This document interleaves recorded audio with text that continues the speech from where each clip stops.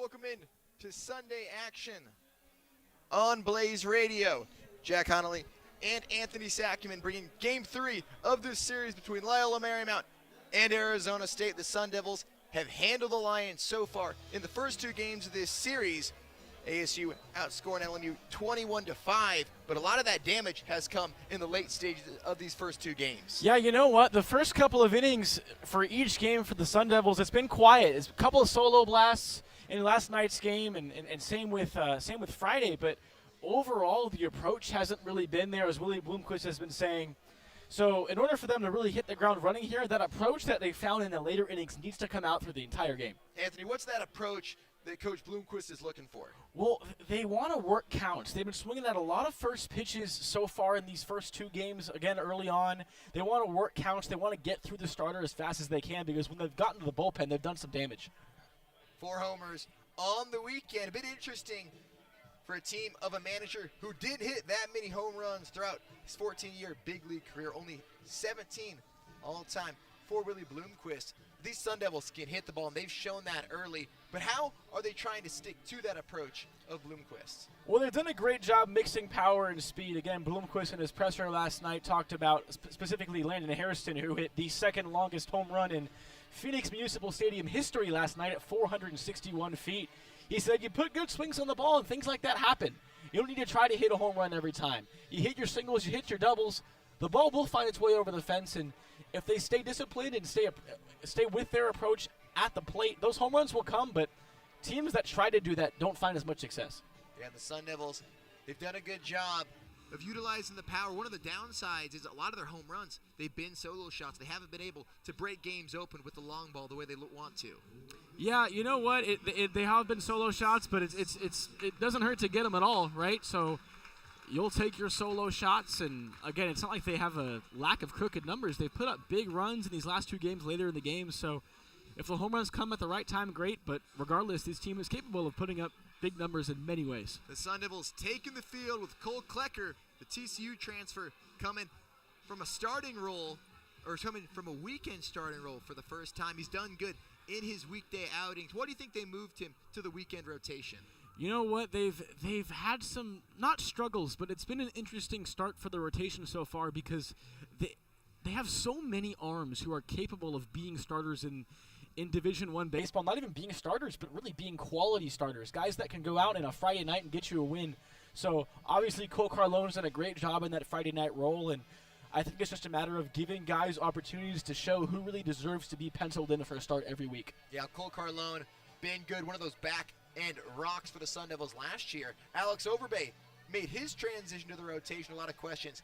How is he going to be? He told us doesn't change that much from when he goes out there. It's just pitching at the end of the day.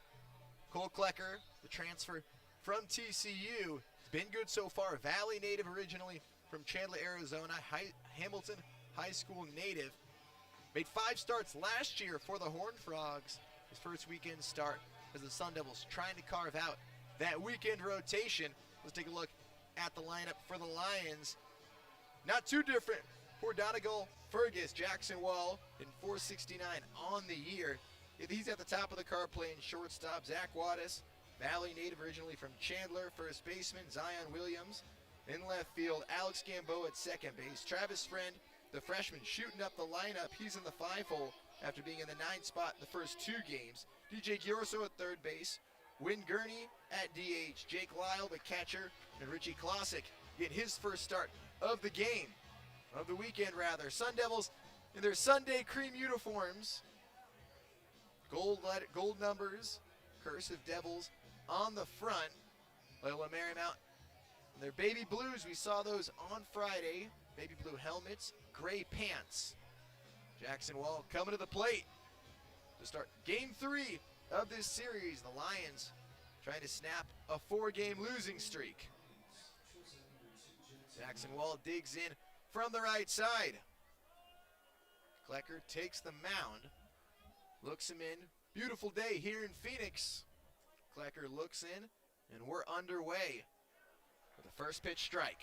Starts him off with some off speed there. Definitely not what Wall was looking for, and good way to get ahead of a batter early.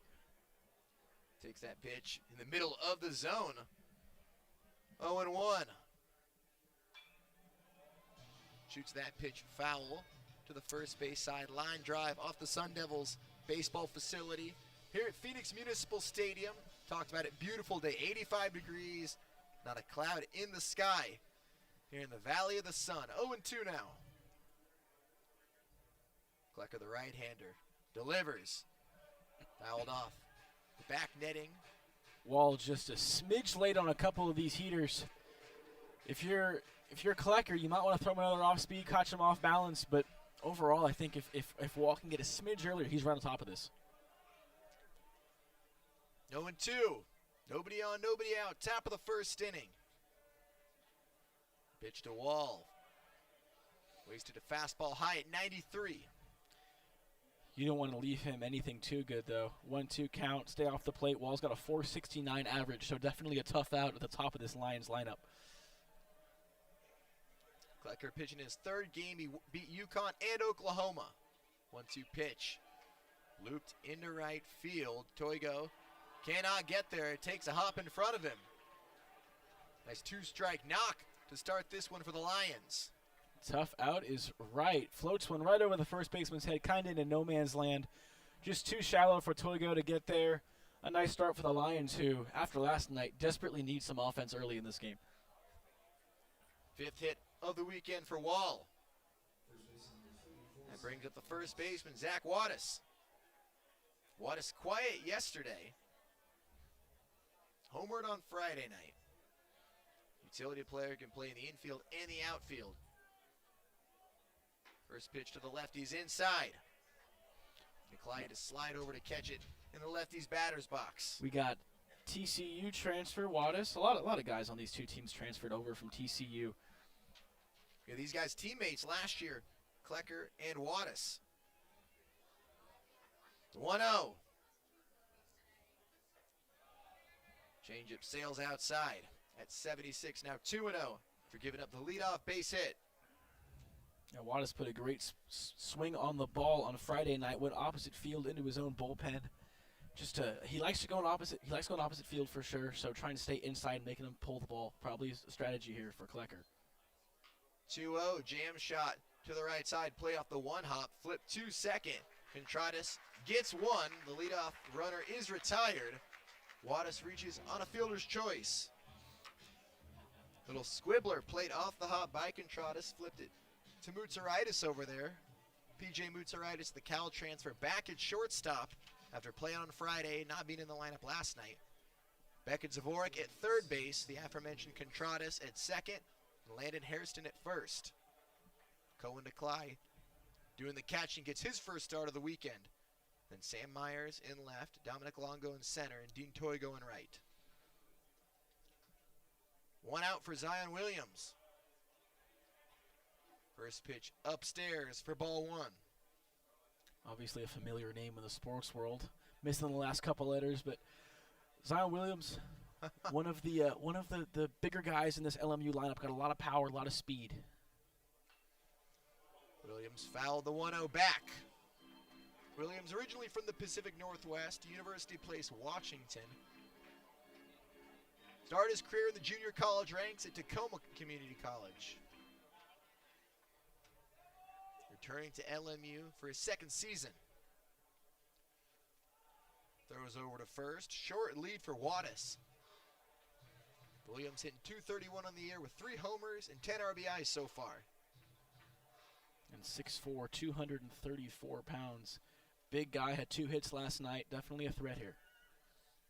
Righty-righty matchup. 1-1, 1 out. No score, top of the first inning. Lions have a runner at first base. Klecker steps off. Klecker 2-0 on the year. Went 5 innings in each of his first 2 starts. 1-1 from Klecker. Wattis takes off, hit and run. Throws not in time. Wattis swipes second. Great jump there by Wall.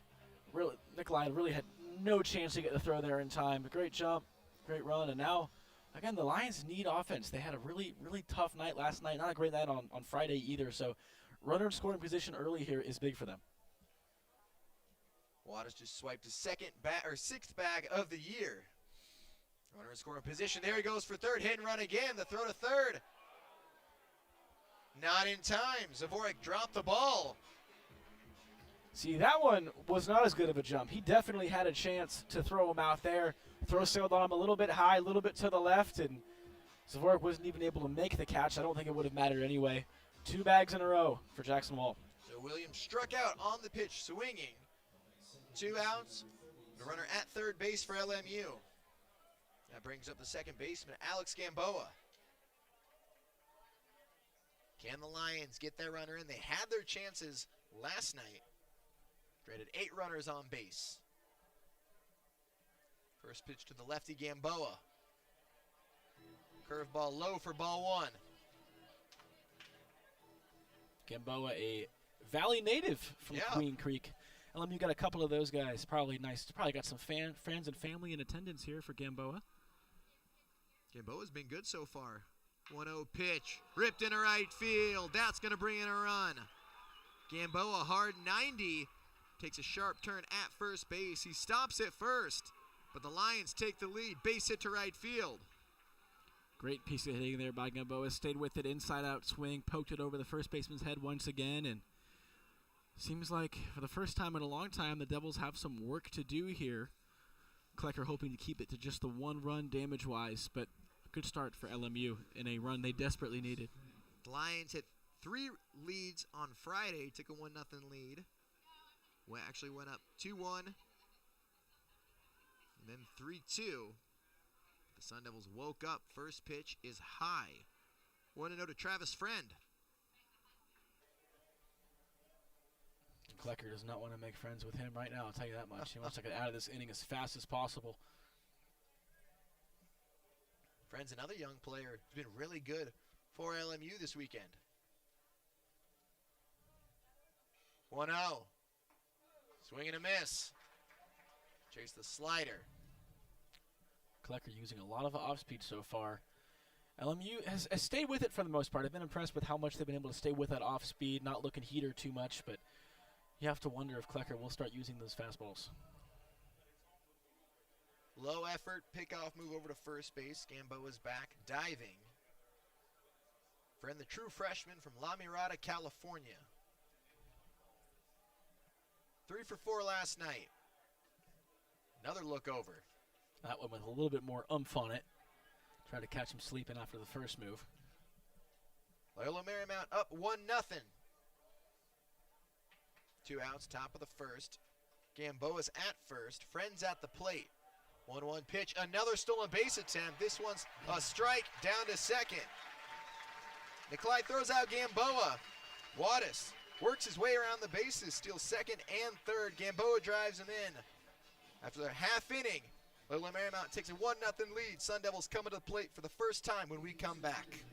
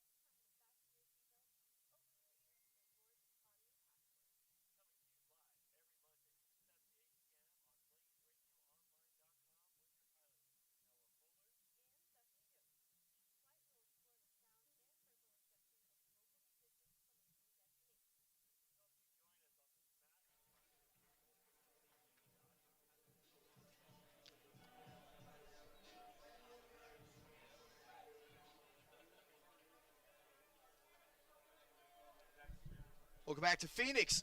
Bottom of the first inning, Sun Devils down 1-0. Landon Hairston steps in, takes ball one outside. We mentioned Hairston earlier, 461-foot blast between the scoreboard and the College World Series sign. Just a massive bomb, one that Willie Bloomquist said that he knew he got all of that one, was sitting right on that pitch, got all of it, just a great swing, and looking to replicate that now. Squares this one up deep right field. Friend on the track, makes the catch in right center. Almost did replicate it, didn't he? He missed that, just got a little bit under it, missed it by a couple feet, but man, he's swinging the bat well right now. Yeah, you can just tell, even his outs, long outs, he's seeing the ball real well and has been. D1 Baseball puts him as the 27th top prospect in the 2027 draft class. One long out. Here's the shortstop, PJ Moutsaritis. Steps in from the right side, righty-righty matchup. Lane's first pitch. Changeup, called for strike one. PJ in a little bit of a positional battle, fighting for playing time with Beckett Zavorik at shortstop, trying to move him around to third, see what he can do.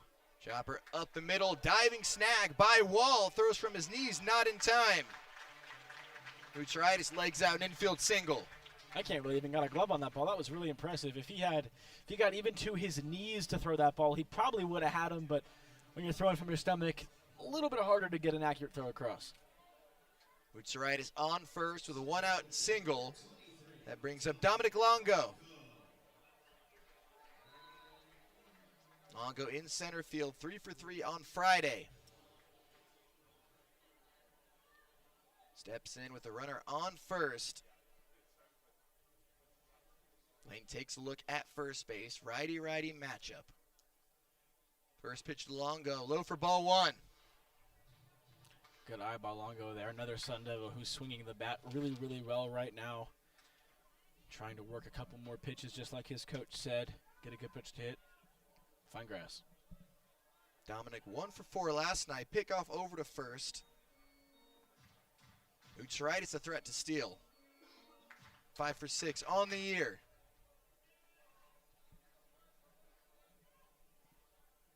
Lane back on the mound. Is 1-0. Yanked down the left field line, slicing foul. Some loud contact, though. He'll want that pitch back just a hair early. But, again, more loud contact for the top of this lineup that's made plenty of it recently. 4 homers on the weekend for the Sun Devils. ASU 10-4 in the year. Lost 4 straight coming into this weekend. LMU on a 5-game losing streak. 1-1 to Longo. Foul back. I was ready to make that play. Yeah. That was right towards us, just a little bit high and right. Sparky makes an appearance in the crowd in front of us. Good vibes here in Phoenix this Sunday afternoon. Yeah, just over us. Gorgeous Sunday. Sun Devils looking for the sweep. You can see hikers in the distance at Papago Park. Another throw over to first. New Contradas on deck. They'd love to get Contradas up with a runner in scoring position. He's been clutch in those situations so far this weekend and really the whole year. 1-2. Lane looks in. Breaking ball missing downstairs. 2 balls and 2 strikes. It's a good pitch, good take there. Breaking ball just off the outside corner. Longo spits on it. Moutsaritis takes his lead. Infield straight up. 2-2 runs inside to the righty Longo. Full count.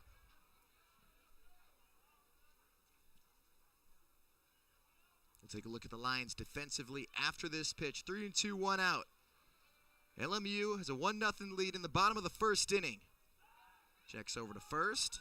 Not in time. Just barely. ASU likes to cause some havoc on the base pass, and sometimes you get a little bit too aggressive. They've gotten picked off, I believe, in both games so far this weekend. At least last night or Friday for sure. And another throw over. Boo Bird's starting to come out in the stands now. Mutsaritis tied for second on the Sun Devils with 5 bags. Extending his lead. There he goes. Fouled off the Lions dugout. At the Lions defensively in the outfield, Zion Williams in left field, Travis Friend in center, and Richie Klossick in right. Around the infield, DJ Giorso at third base, Jackson Roll at short, Alex Gamboa at second, and Zach Wattis at first. See if they have the hit and run on here once again. 3-2, 1 out. There he goes. It's ball 4. Sun Devils have 2 runners on with 1 out. Good at bat by Longo. Great at bat. Left bad pitches down, swinging a couple good ones, and obviously didn't put anything in play. But you'll take a walk to move a runner into scoring position any chance you get. Now first and second with 1 out, and the guy that's done the most damage recently at the plate. Yeah, New Contradas in 385 on the year.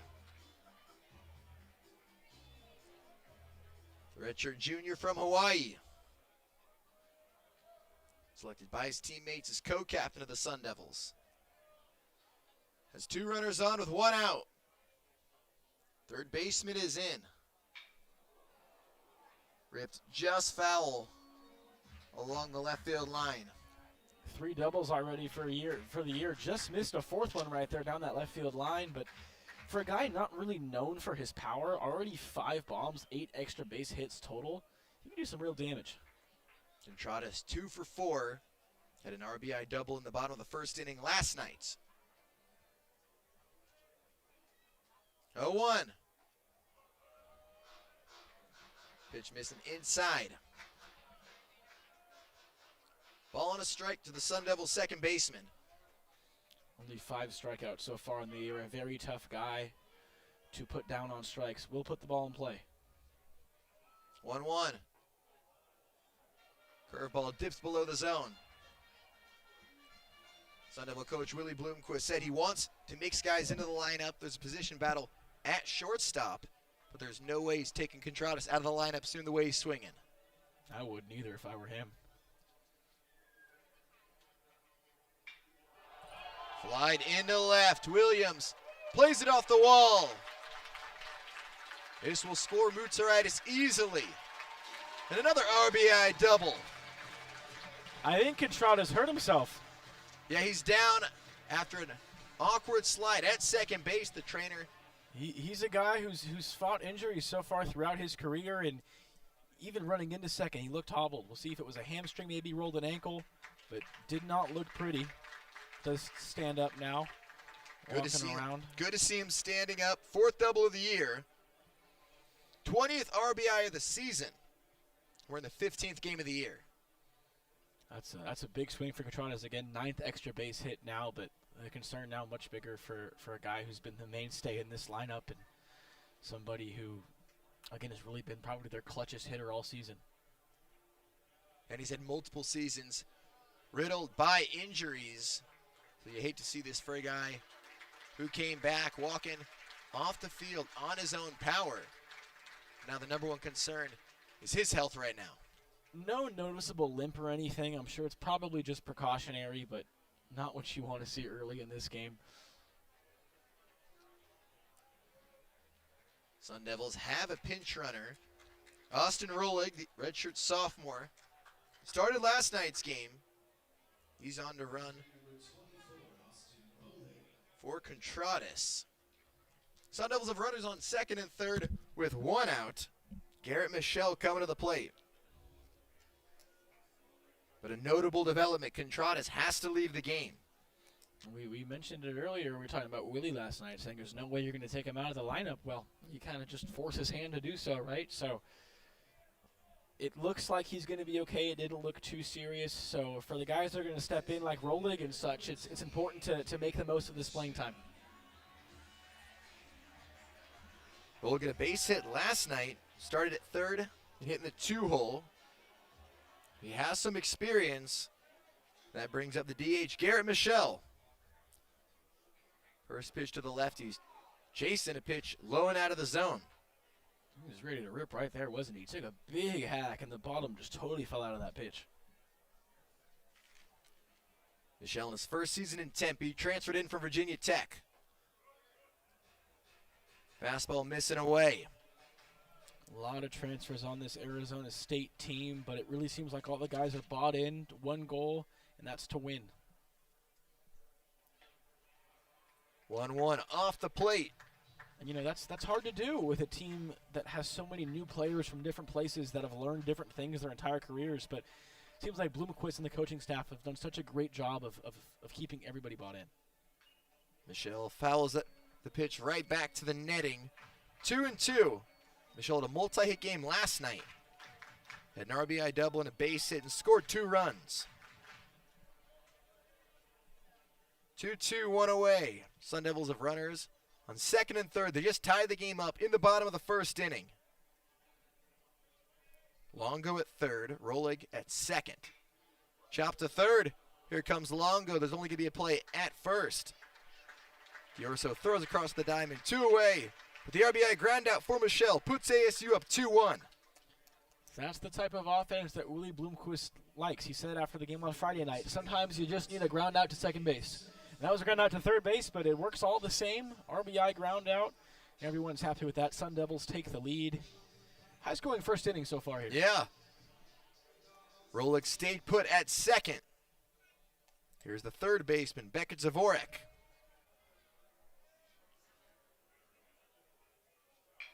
First pitch, struck well, left field. Williams looking up. It's out of here! Zavorek pumps a homer to left field. Sun Devils up 4-1.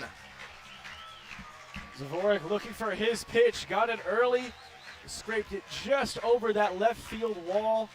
What a swing for a guy who needed it, right? As I just mentioned, guys who play that middle infield have to step up with Contradas' absence, and man, does Zavorek do that right there. First homer of the year for the sophomore from California. And a 4 spot for ASU in the bottom of the first, and they're not done yet. Here's the right fielder, Dean Toigo. Togo hit a home run last night. Sun Devils playing that long ball. First pitch in the dirt for ball 1. Sun Devils in front 4-1. In quick pitch, 2 balls and no strikes. Just when I said they had some work to do, they did the work, didn't they? And a lot more. Crooked number here in the first inning. 2-0 to last year's Mountain West Player of the Year, fouled off to the first base side. Toigo, the UNLV transfer. In 217 on the year. 2-1 pitch. Hit high and deep right field. Klosik at the wall. It's gone! Sun Devils with back-to-back jacks. Toigo, homer is in his second consecutive game. It's 5-1 Arizona State. 55 takes 55 deep.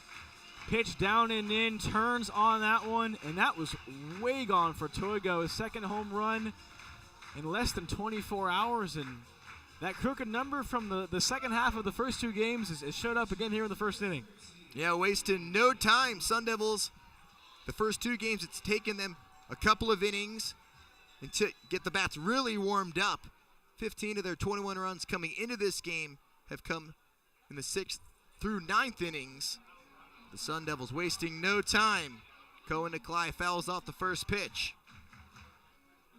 Just really impressive. Again, that discipline is there. That approach is there. It's in full effect. Already forcing 26 pitches from Lane.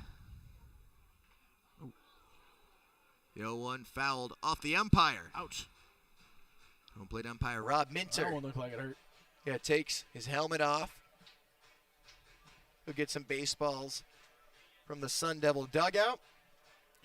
ASU up 5-1. Cohen Nicolai getting his first action of the series.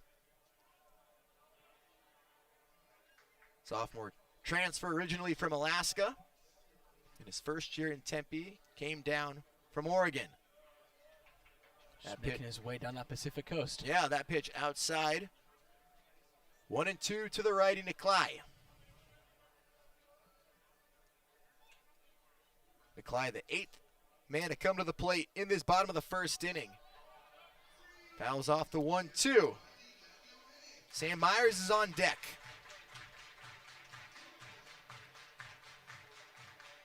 Sun Devils up 5-1. Nikolai was the #1 overall player and catcher in Alaska in high school. It's a pretty cool statistic. 1-2. Breaking ball misses. 2 balls and 2 strikes. Nikolai, one of those guys we initially thought was going to be in a position battle for the catching spot. 2-2 pitch. Up and in. Full count. He's competing with Brody Briggs and Cooper Klauser. So we thought, but Briggs has done a great job. Obviously got the first 2 starts in this series, so this is a big game for Nikolai. 3-2. Flare shot. Shallow left field. Drifting back to make the catch is Giorso. But the Sun Devils respond with a 5 spot. 4 hits and back-to-back home runs from Zavorak and Toigo.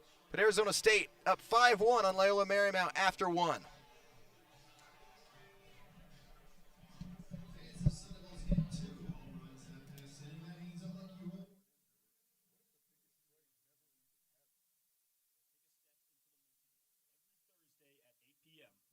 Shanker, Crawford McKinstry, and Justin Lacertosa as they discuss some of the biggest what-ifs in NBA history and see how it alters basketball forever. With basketball into the multiverse. Do you want news about the Big 12? Do you want analysis on every football game? Do you want coverage on sports like lacrosse and beach volleyball? Well, guess what? You're in for a treat. Introducing Big 12 at 12 with your host, me, Dimitri Kurlik. It's the show for Big 12 sports and Big 12 sports only. Make sure to tune in every Wednesday for analysis and breakdown of every Big 12 game from 12 p.m. to 12:30, only on Blaze Radio. Are you busy on Fridays at 3 p.m.? Are you bored and looking for entertainment and a good laugh? Do you want to be educated on Black culture, topics, and college life? Well, tune into the Black Tech Podcast on BlazeRadioOnline.com every Friday at 3 p.m.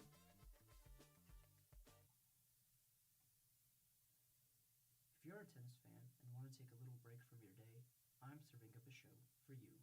This is your host, Pratham Waluri, bringing you Match Point, your weekly tennis content. I'll cover ongoing tournaments, go over the latest news, analyze players and matches, and replay the previous week's biggest moments. Be sure to tune into Match Point every Wednesday from 3 to 3:30 p.m. on Blaze Radio.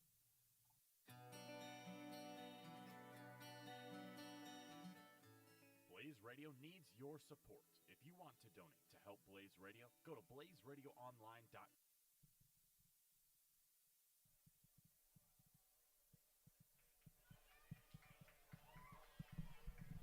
We'll go back to Phoenix Muni. Sun Devils up 5-1 on the Lions. The Lions' lead was short-lived. The Bats have some work to do.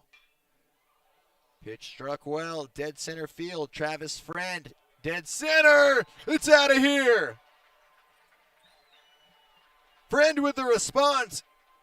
Solo bomb. And the Lions, they're down 5-2 now. Well, that was quick, wasn't it? That's a great swing. Dead center field. Look for a second like Longo was going to have a beat on it, but that ball just kept carrying over that 395 marker, and LMU not going down without a fight early here. And the third homer for the true freshman. That's how you got to go. Get him back one at a time. Fresh off the 3-for-4 game yesterday. 423 to dead center. That's about as good of a swing as you can get. Strike one to DJ Giorso. Giorso, the senior, transferred from Santa Barbara City College. He's played third base in all 3 games this weekend. 0-1 pitch. That's a base hit. That may roll deep into left field. Cut off right before the warning track, digging for second. So the Lions with a solo blast to center and a double to start the top of the second inning. Nice swing there from Giorso. He's a Sarah kid. He's from my hometown. He went to my rival high school. So Barry Bonds notoriously went to Sarah. Obviously, a legend here. Tom Brady went to Sarah, so cool to see another Padre come out, and it's a good swing. Nonchalant plug Yeah, just a little bit. of the, of the hometown. Rival high school. Rival high school. Here's Win Gurney. Getting his first action of the weekend. Takes the first pitch low for ball one. Clicker needs to settle down just a little bit. Some loud contact here so far, and he needs to get deep into this game. ASU did use 5 arms last night out of the pen. 1-0. Swing and a miss. Righty-righty matchup. Number 99, Win Gurney. The freshman from Manhattan Beach.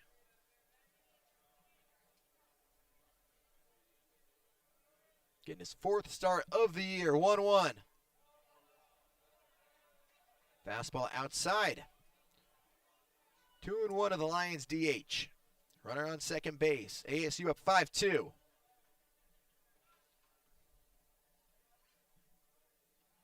Giorso at second. Throws it back to second. Questionable to throw that ball at that point. He's already back on the bank. Yeah. You still have the ball in your hand. If you're Clucker, I would just minimize the room for error and not even throw that. The second you have to, unless it's going to be a balk. You know, there's like a rule on that where it depends on how you step off the rubber. 2-1. Bounce to first. Going to be a tough play. It's past Hairston into right field. Giorso rounds third. And an RBI single. What a moment for Gurney. First career college hit and RBI as he keeps the line moving for LMU. 3 consecutive hits to start the top of the second. Wow. Well, hey, balk or not, it didn't matter because Gurney's going to bring him in there. Snuck just under the glove of the first baseman Hairston. Not his everyday position, usually an outfielder, but not a problem there at all. So a little bit surprising to see him not make that play, but that's going to be credited as base hit nonetheless. Yeah, Anthony, that's actually a great point. That's a tough play for a guy who's not usually at first base. Hairston, the everyday left fielder, played the past 2 games at first base. Strike 1 to Jake Lyle. Jake Lyle getting in for the first time this weekend. First time since Friday. Did not play last night. The sophomore from Novato, California. 0-1. Breaking ball. Misses the zone. Downstairs. 1-1. Sun Devils' lead has now been cut to 5-3. Still nobody out in the top of the second inning. 333 average for Lyle as a freshman. Dangerous bat here at the bottom of the lineup. Kleckers 1-1. Sent foul down the right field line. On the Coors Light Devils deck. Even that's not quiet contact either. I know it was foul, but they're seeing something out of Klecker that the Lions very much like, and we'll see if Klecker can figure out if he's tipping or anything, but man, if they've been hitting the ball hard so far. 1-2. Righty-righty matchup. Pitch is high. Back pick to first. Nearly picked him off. Nikolai. Quick throw over to first base. Gurney, he's fortunate to get back in there.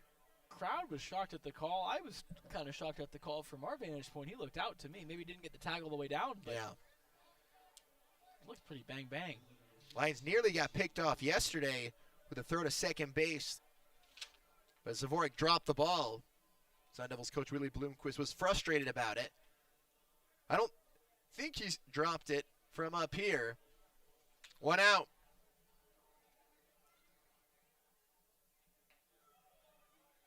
Ball 1. Close second. Another freshman. A lot of young guys on this LMU team. I know they're 5-12 so far, but they got a lot of young talent that's playing well so far. And another pickoff attempt.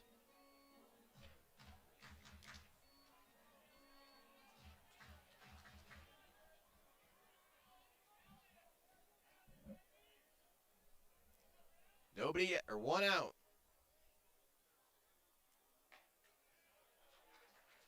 Strike 2.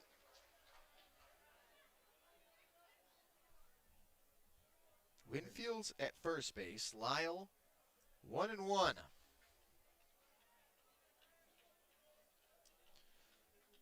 Still nobody out. This top of the second. Swing and a miss. Put the slider on a string. A couple of nice pitches there from Klecker, just really painting that outside corner well, and that's where he has to live. There's been a lot of pitches that have found the middle of the plate, but try to live on that outside corner as much as you can. 1-2. Bounces in front of the plate. 2 balls and 2 strikes. That one not as good, but not a bad 1-2 pitch. Don't want to hang anything, make it too easy. Klosick, the 9-hole hitter. Jackson Wall, top of the order, on deck. 2-2. Bounces in front of the plate. Dirt ball Reed. Gurney takes off. He's up to second. That's what they teach all fall long.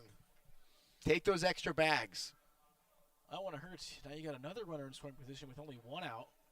Sacrifice isn't going to do it here, but still, you don't want runners getting that extra 90 feet for free. Yeah, Gurney advances on the wild pitch. No runner on the second. 1 out. Skied, shallow center field. Contradas chases after it. He's called off by the right fielder. Toigo makes the catch in between the converging center fielder. So 2 outs. Looked like no man's land for just a second, but no problem for who moved over to second now. Zavorek's now playing second base. No problem. Oh, that's right. Yeah, Zavorek at second. So Zavorek moved over because Contradas went out. He had the double and injured, sliding into second.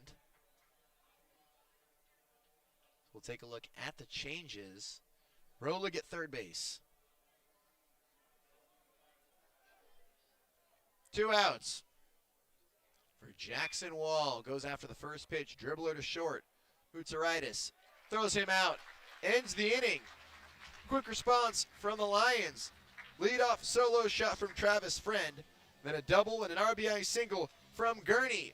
Lions get 2 back. Middle 2 here in Phoenix. Sun Devils in front 5-3.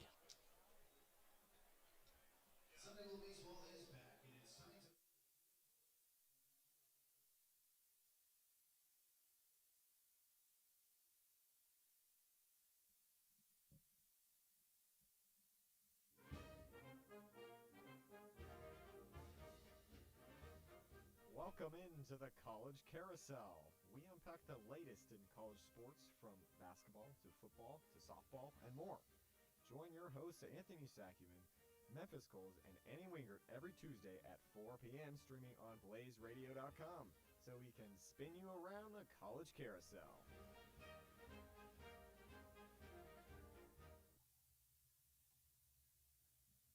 If you're a tennis fan and want to take a little break from your day, I'm serving up a show for you.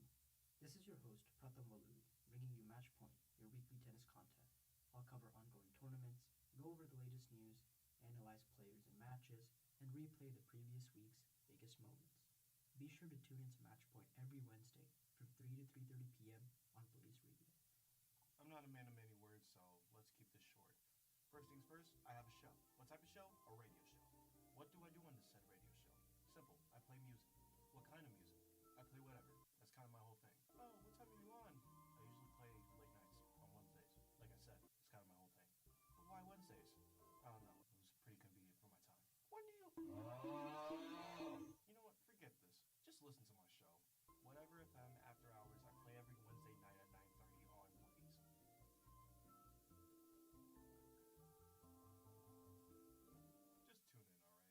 Do you miss fantasy football? Well, don't worry, we do too. But just because it's the off season doesn't mean the fantasy football forecast is dormant.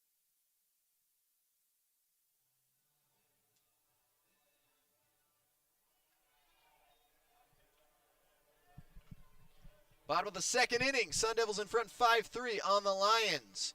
Sam Myers getting the start after pinch hitting last night. Bunts the first pitch foul to the third base side. We'll go back to Phoenix Muni.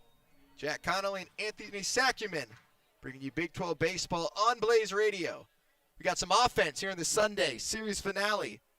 Lions had 1 in the first. Sun Devils came back with 5 in the home half. And LMU responded with 2 right back in the top of the second. A ball and a strike to Myers. Myers pinch hit both of these last 2 evenings here in Phoenix. Hits in both at-bats. A guy that really won the starting job to start the year, but just didn't really contribute to the lineup. Showing bunts again. Dies. Bobbled by the catcher. Throws to first. Nice recovery by Lyle.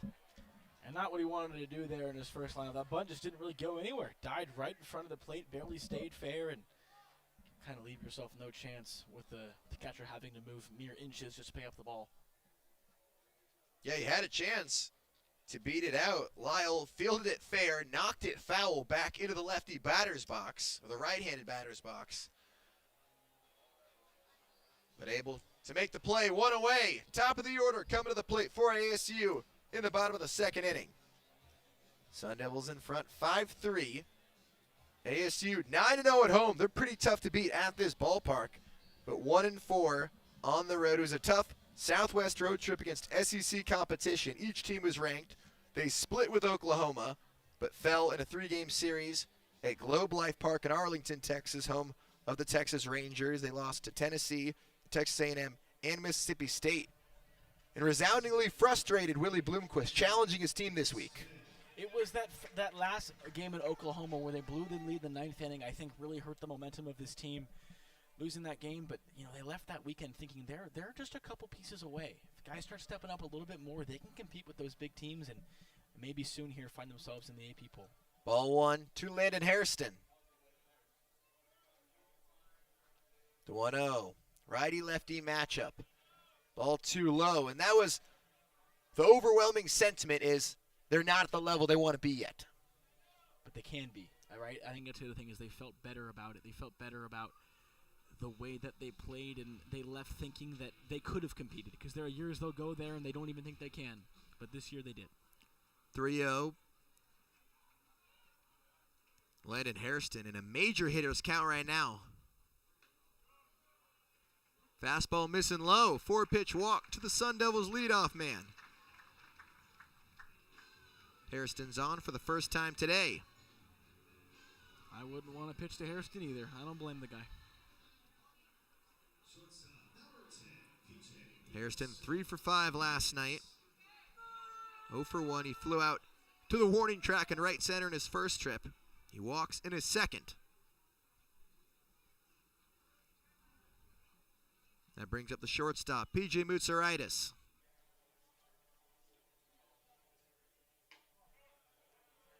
Ball 1 low. 5 consecutive balls from Lane. Moutsaritis singled and scored last inning. 1 out, 1-0, runner on first. Moutsaritis held up. Sun Devils in front, 5-3. Lane is starting to get a little bit wild here, losing a couple guys on the inside and low, trying to dial it back in.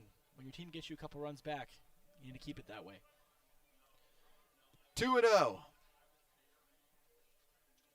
Lane fires. Pitch is fouled off to the first base side. Moutsaritis in his first year with the Sun Devils. Bay Area native, originally from San Jose, California.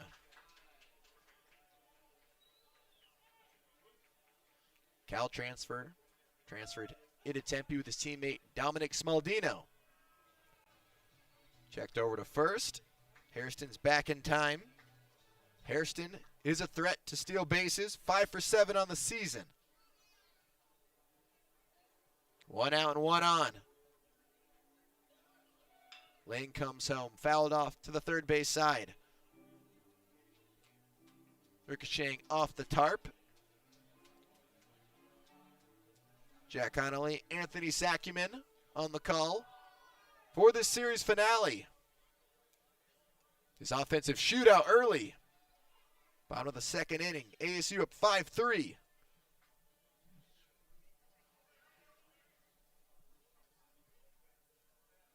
Klecker looks in. Fouled off. Or Lane. Yeah, Jack, we've talked about how quiet the offenses have been the first half of these first two games, right? Just a couple solo shots, just little dink and dunk runs. But so far in this game, they've flipped the script, right? Already 8 runs scored between the two teams and looking for plenty more. 2-2. Ball 3. Slider at 82. 1 out. Mutsaritis in the 2-hole for ASU. Sun Devils were hitting close to 330 as a lineup coming into this weekend. Yeah, offense has been there. Pitching has kind of been where it's been iffy, especially out of the bullpen. But so far in this series, it's been great. Hit and run. Hairston goes. 3-2 is a mammoth foul ball. Home run distance bouncing along the mini canyon here at Phoenix Municipal Stadium in left field. He was ready for that one. Might not want to throw that again. No, I wouldn't. He was right on top of that just a smidge early, but as you mentioned, definitely had the distance. 3-2. Will Hairston run again at first base? Yes, he does. Struck well, left center gap. Williams on the run, makes the catch in the alleyway. Man, Williams had a great jump on that. Saw it the whole way. Yeah, he did read that the whole way, that's for sure. That's a ball that looked like it was hit maybe a smidge harder than it actually was. Hung up in the air. Williams makes a great read, gets over there. No problem for the left fielder. Yeah, not a lot of wind today. The flags in center field, not moving. 2 away in the bottom of the second. Here's Dominic Longo.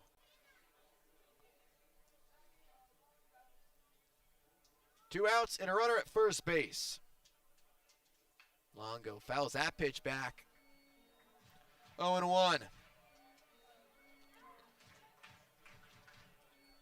Longo walked and scored last inning. Rolling now on deck. No Contradas, as we mentioned earlier, leaving the game in the first inning, so a little bit less pop in this lineup, so Longo becomes an even more important hitter for ASU. 0-1. Quick move over to first. Hairston was trying to go. He's stolen 2 pitches during Mutsaritis' at-bat. He's getting his cardio in, running back and forth. He wants to get into scoring position. 0-1.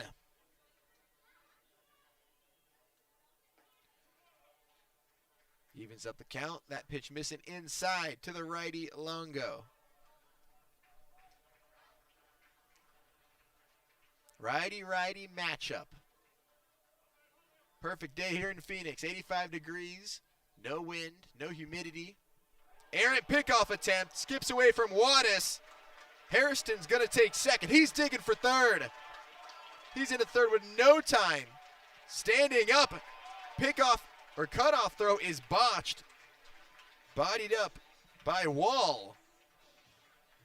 And a near disaster for the Lions. Yeah, that ball just kept rolling. It's kind of no man's land out there. Really a lot of room between the foul line and the wall, and nobody out there. Hairston was looking through the whole way, and it was a no contest. Yeah, I wonder who the air is going to be on, because it wasn't the greatest throw from Lane, but it looked like it was off the edge of the glove of Wattis at first. I would imagine that's going to be an E1. We'll see what they score. Well, yeah, it's not a good throw. No. He had Gamboa and Klosick chasing after it. 1-1 pitch. Foul.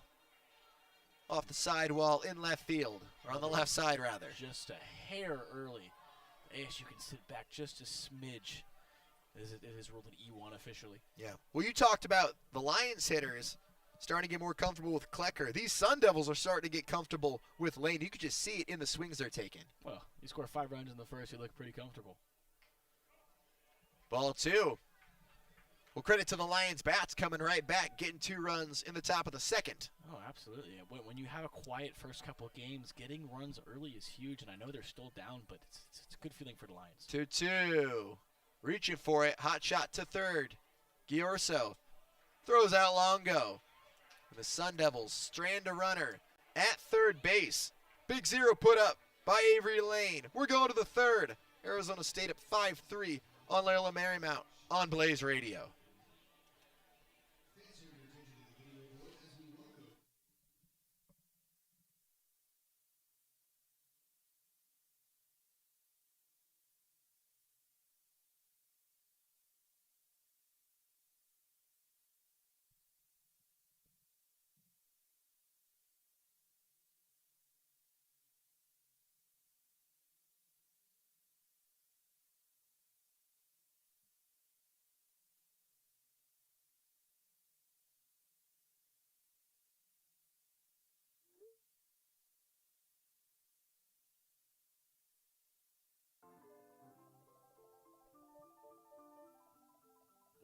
Radio staple shows are back. Tune into Open Mic, Traffic Jam, Press Pass, Bottom of the Sixth, and Onward to Victory every weekday from 5 to 7 p.m. to get your fill on the biggest takes and trends going on in music, news, and sports. Make sure to tune in at blazeradioonline.com.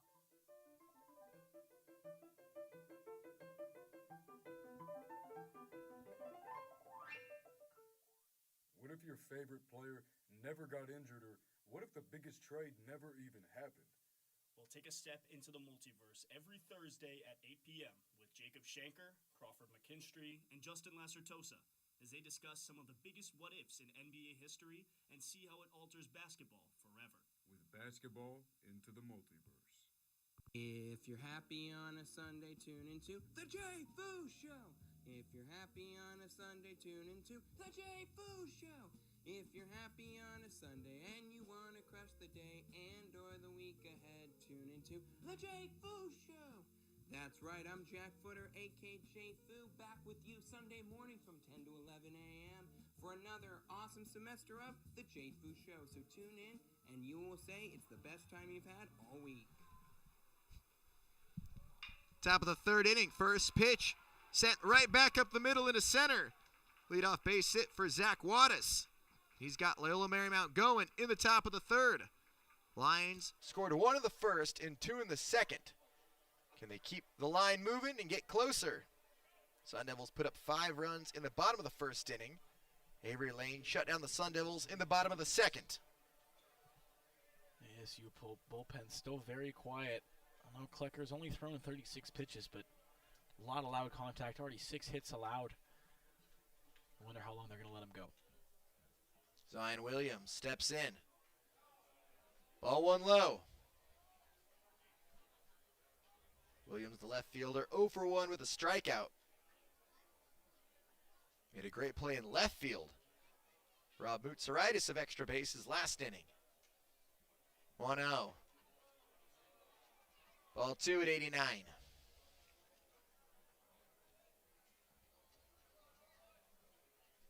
Williams said an up-and-down series, 0 for 5 with 3 Ks on Friday. Bounced back, 2 for 4 last night. Checked over to first base. Wattis is in safely.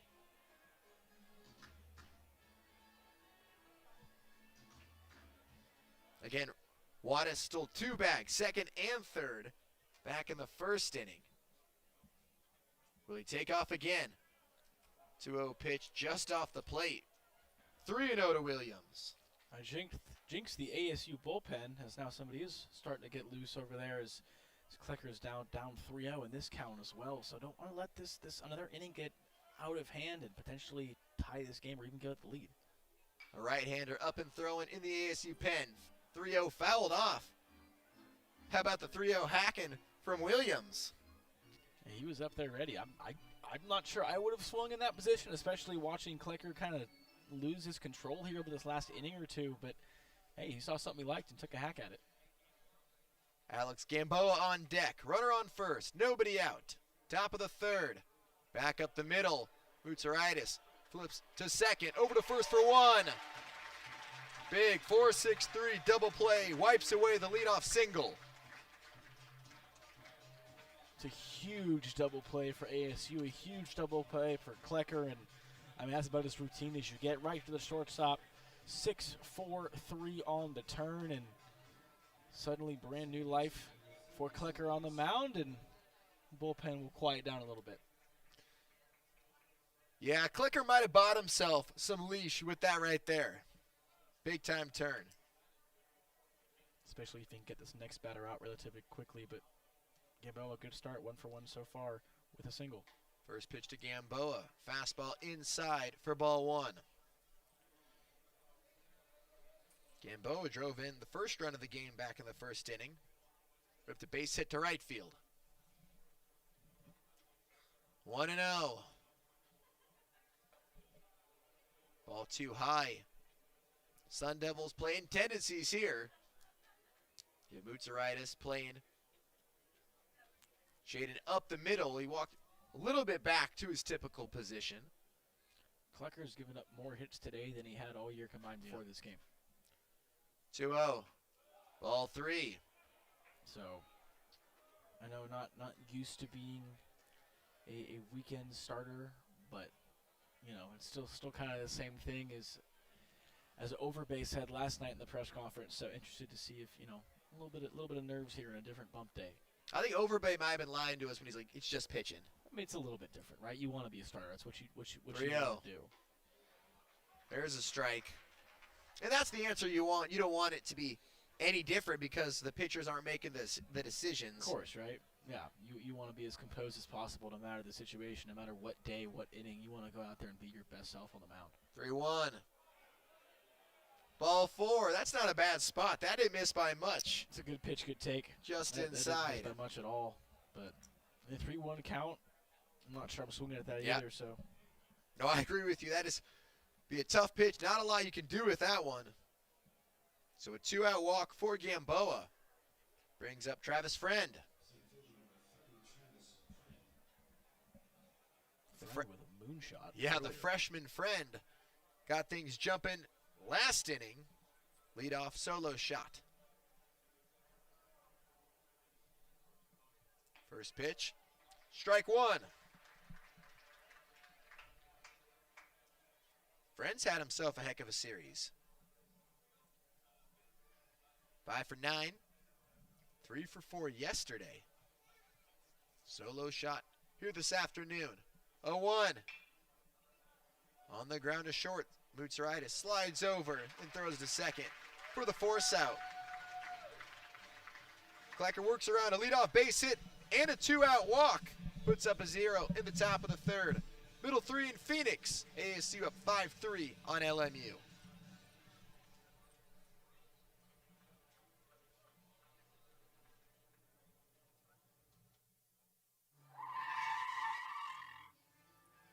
Stay updated on the world of soccer, or hear Arsenal fans tell you why we're winning the league?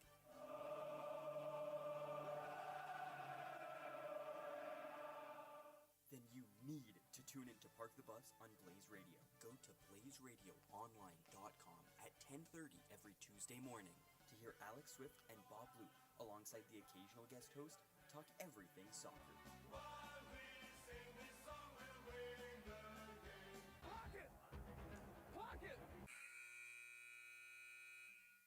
Tune in to Out of Timeouts at 2 p.m. on Thursdays at blazeradioonline.com. Out of Timeouts is a sports show hosted by Xavier Masserati, Wesley Stomball, and Angus Trangmo. Every week we have 4 segments that are timed and we can't stop the clock. There is of course a slight break for halftime in our question of the week. You can also listen on Spotify with new episodes dropping every week on Fridays at 11 a.m. in Arizona. Looks like I'm out of time. Make sure to tune in. When I say kettle, you say hot. Kettle. Hot. Kettle. Hot. When I say every, you say Sunday. Every. Sunday. Every. Sunday. That's right, folks. Every Sunday from 5 to 6 p.m. on blazeradioonline.com. Tune into the Kettle Hut with Nathan Kettle as the host with a special guest each and every week, talking all things sports, including their favorite sports teams, how their seasons are going, and what the future holds, along with a specialty draft of the guests choosing, where they decide, and we have some fun every Sunday on blazeradioonline.com. In a world of mediocre film podcasts comes another mediocre film podcast. But this time,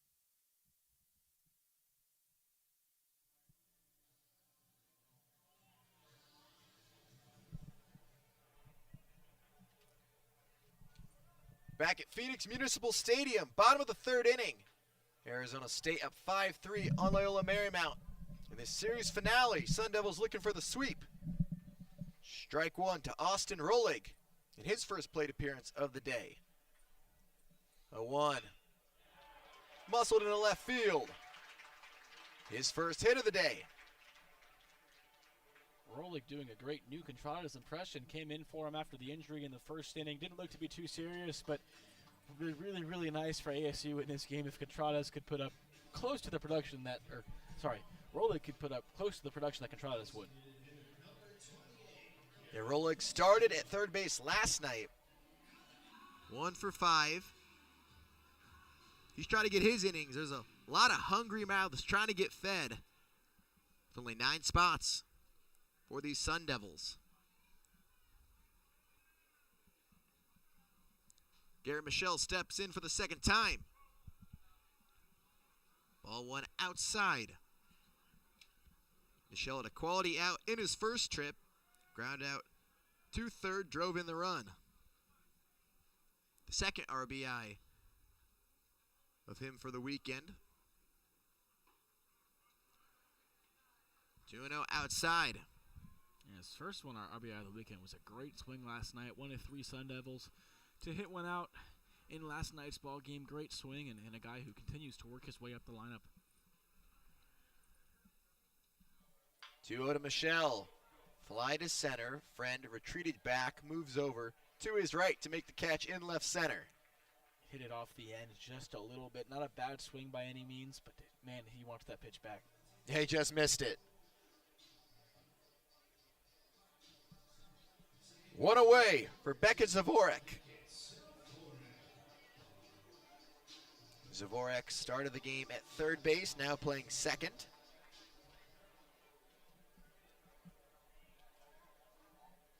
One out and one on for him.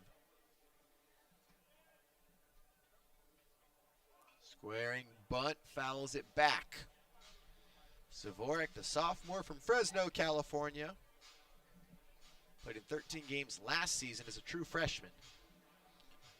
First home run of the season for Zavorek. Last time at the plate must have felt really, really nice for the freshman.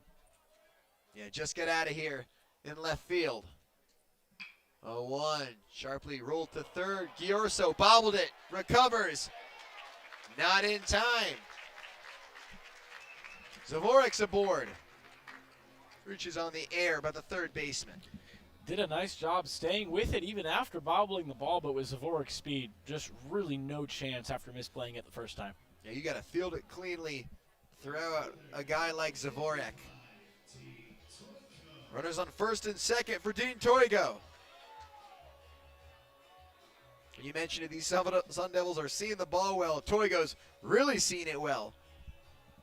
Solo shot in the first inning. Home runs in back-to-back games. And what a presence to have in the 7th spot of your lineup. Just top to bottom. This lineup is loaded. 1-0.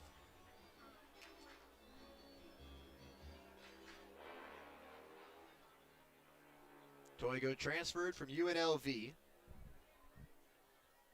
First year in Tempe. 1-0. Ball 2 outside. Shortstop Wall playing on the right side of second base. Gamboa shading very far towards the first base side. Standing in shallow right field. And he played right into it. Gamboa tries to go to second. There's no play. He was right by first base. He goes the long way, not in time for the middle runner. And the bases are loaded with 1 out. You know what? Sometimes, obviously, you want to get that lead runner at second base, but it's just a matter of, what's the safer play? And again, with Zavorek's speed, there's just very little chance you're going to get him in a ball hit that softly. So Toigo doesn't get a hit. He reaches on the fielder's choice. But more importantly, the Sun Devils have the bases loaded with 1 out for Cohen to Clyde. Clyde's 0 for 1. Sun Devil catcher takes a strike 1. Clyde, sophomore catcher from Alaska. Bases loaded, 1 out, and he plunked him. That brings in a run, extending the Sun Devils' lead. It's now 6-3 ASU. Well, that's not what you want to do with the bases loaded, right? No room for error and a free 90 feet, a free RBI. It's the last thing Lane wanted to do. Third RBI for Clyde. He'll take that. One of the easier ones he'll get all year. So the base is still loaded. That brings up Sam Myers. And it appears Lions head coach Donegal Fergus is going to make a call to the bullpen. That ends the day for starter Avery Lane. We'll take a break. Lions bringing in a reliever. Going to inherit a tough situation. Bases loaded with one out. Sun Devils in front 6-3 in the bottom of the third.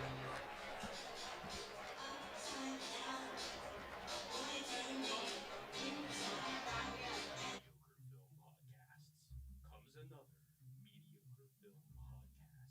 But this time with the 3 worst people you know. You've never seen Megalopolis? It insists upon itself. Your favorite movie is what? Turbo! Are you stupid? Wrong. Yeah! The A-List. Mondays at noon. Folks of Sun Devils, join me, Chris Town, as I scour the entirety of ASU to find the heroes who do it all. The unsung who brave the challenges to make our university at the top. Let's bring the spotlight to those who do the most and see how they do it all. Join me for the unsung heroes of ASU, live every Thursday at 3 p.m. only on Blaze Radio.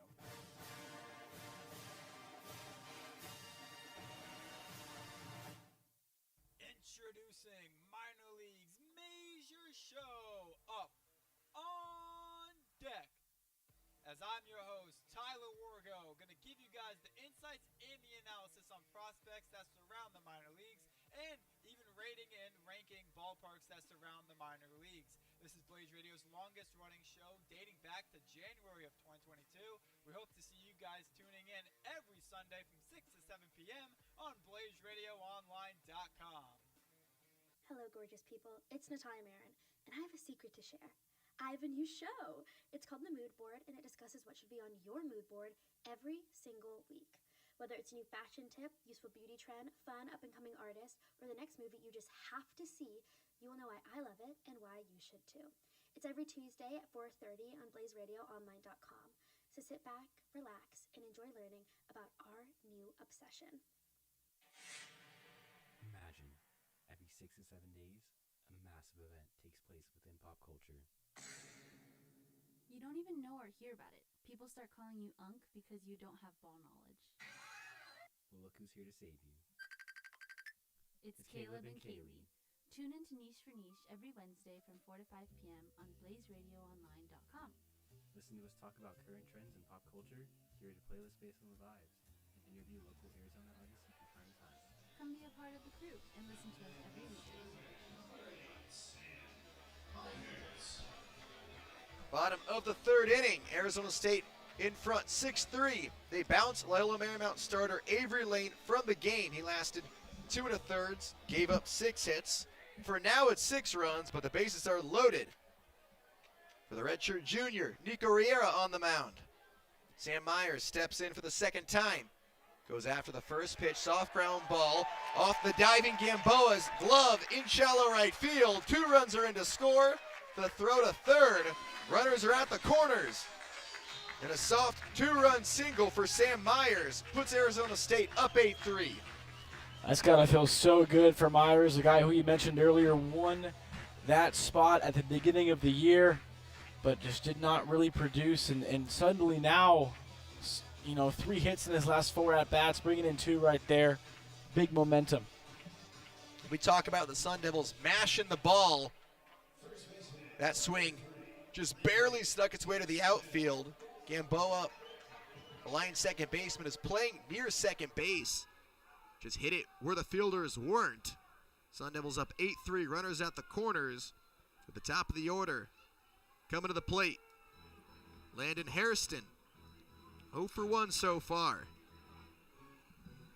Exactly who ASU wants at the plate right now. Runners in scoring position, a guy who's been blasting the ball. Still a 400 average so far in the year for Hairston. First pitch bounces in front of him, and it might have got a piece of Hairston. Got him on the foot. So that will load up the bases. Looked like it bounced in front of him from up here. Yeah, bounced and plunked him, I guess. Couldn't really. Runner at third base was trying to break for home, so clearly he couldn't tell. But bases loaded is bases loaded. They'll take it any way they can get it. Sun Devils will take it. Hairston is on for the second time. At the 8th Sun Devil to come to the plate in the bottom of the 3rd inning. Here's PJ Mutsaritis. Bases loaded.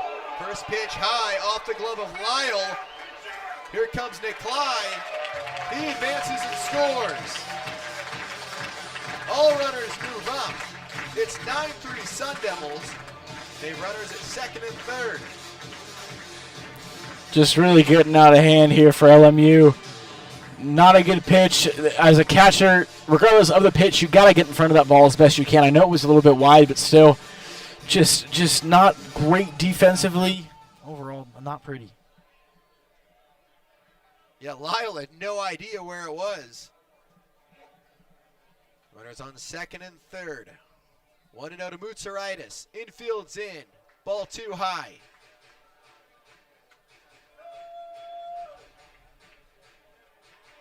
The Sun Devil shortstop, 1 for 2. He singled and scored back in the 1st. And then was robbed of a base hit by Williams in left field. Potentially extra bases. 2-0 from Riera. Bounced foul into the Lions dugout.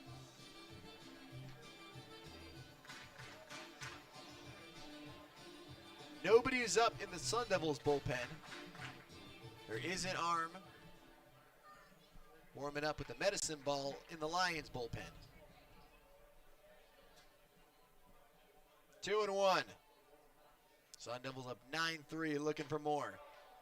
Strike 2. Slider at the top of the zone. You know, the comparison for these two teams, they both have 6 hits. And the run differential is 6 as well. So getting a couple more free passes if you're ASU, but also just doing a great job of actually converting with runners on base and in scoring position. Fouled back, still 2-2. Jack Connolly, Anthony Saccuman on the call. There's been a lot of offense early. Quite the contrary from the first 2 nights. We're just going to get offense every inning, it seems like. And these teams just won't stop swinging. 2-2, infield in, runners on 2nd and 3rd. Lined right to 3rd, Giorso lunges to make the catch. Really, really nice play there by Giorso. That ball was hit hard, more loud contact, but you know, you can't hit them where they ain't every time. Sometimes in your process, it's just going to find a glove. Quite a break for the Lions. Can't even be mad if you're Mutsaritis. He scored that thing up. 2 away. Here's Dominic Longo. Sun Devil 3-hole hitter.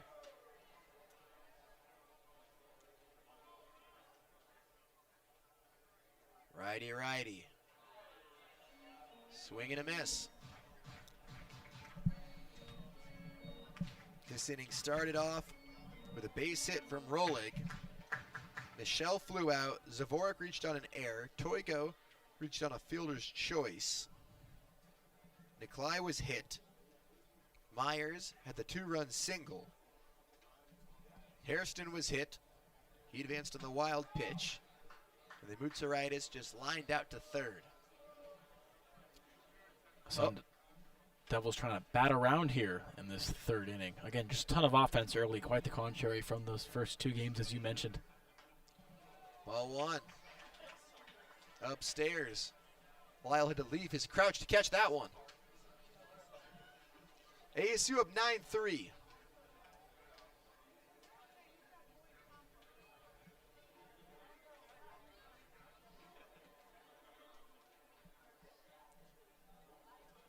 Riera delivers, tipped right off the plate. 1-2.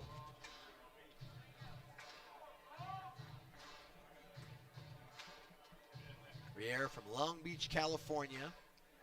Started his college career at UC Irvine. Did not play a game for the Anteaters in 2023. Spent 2 years in junior college at Long Beach City College. First year with the Lions. 1-2 is low.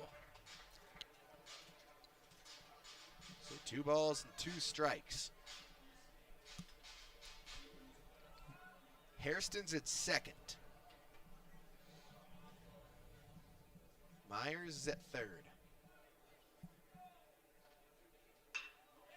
Bouncer in the hole from shortstop. Long throw. Dug up by Wattis. He's been good at first base. He's saved his infielders. But the Sun Devils bat all the way around. They cash in on 4 runs and 2 hits. We're going to the 4th.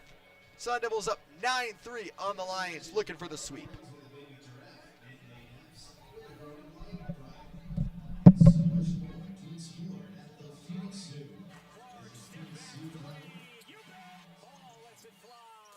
Hey, it's Lauren. And I'm Kinla. We're 2 sports journalism majors who basically grew up on the field, the court, and in the stands. Welcome to the Athlete Era, your weekly dose of women's sports and what it's really like to live life as 20-year-old girls in the sporting world. From buzzer beaters and rivalries to our own behind-the-scenes stories, we bring you takes you won't hear anywhere else. Catch Athlete Era every Sunday from 4 to 5. Right here on Blaze Radio. Tune in and join the era. This is your captain speaking. It's time to fasten your seatbelts, open your ears, and board the audio passport. Coming to you live every Monday from 7 to 8 p.m. on BlazeRadioOnline.com with your pilots, Noah Fuller And Stephanie Jones.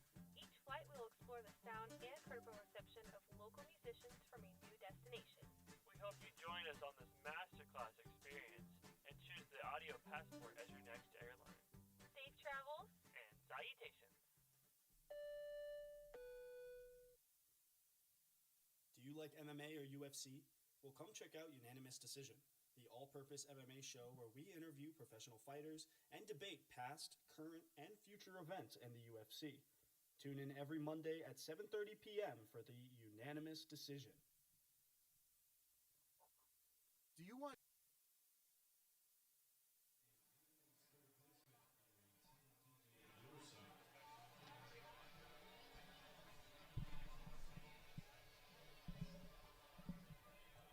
Top of the 4th inning. Sun Devils in front 9-3. Welcome back to Phoenix. Jack Connolly and Anthony Saccuman. Strike 1 to DJ Giorso. Lions now in a 9-3 hole. They took a 1-0 lead in the top of the first. 0-1 pitch. Taken for strike 2 at the bottom of the zone. Lions responded with 2 runs in the top of the second after the Sun Devils put up a 5 spot in the bottom of the first. 0-2, swing and a miss. Just what the doctor ordered for Cole Klecker. He would love to get through this inning quickly, and a 3-pitch strikeout is about as fast as you can go. There is an arm throwing, not off the mound, loosening up. In the Sun Devils bullpen, we'll be keeping an eye on him. Low pressure situation, a lot of run support. First pitch is low to Win Gurney. Gurney, the freshman from Manhattan Beach, California, had his first RBI in his last at-bat back in the second inning. 1-0.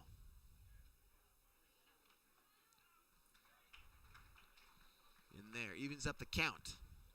Gurney prone to the strikeout, 8 Ks and 11 at-bats for the season. Another guy that Klecker would love to set down rather quickly here and work through this inning. Fastball called for a strike in the middle of the plate. 1-2. It's a good get-ahead fastball right there for Klecker. See what he gives him. 1-2. Pitch 52 coming up for Klecker. Top of the 4th inning.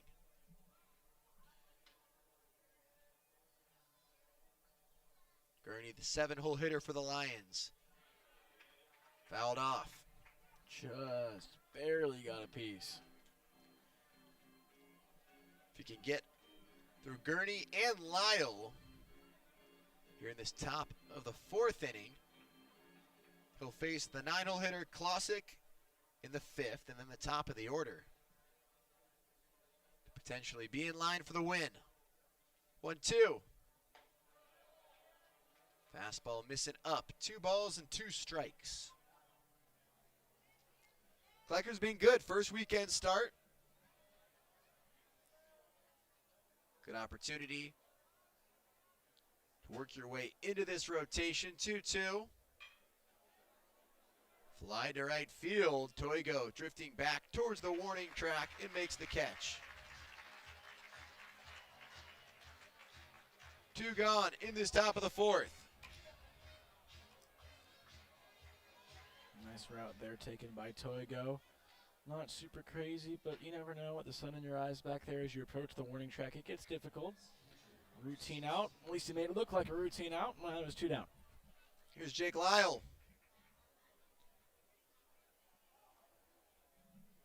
The catcher from Northern California, 0 for 1 with a strikeout.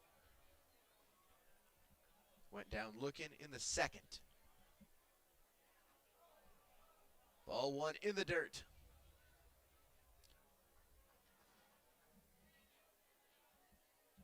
Lyle played in 10 games last year as a freshman for the Lions. 1 out. Hit high in the air in left field. Myers works around it before drifting in to make the catch. 1-2-3, top of the 4th. Klecker breezes through these Lions hitters. Middle 4 in Phoenix. ASU up 9-3.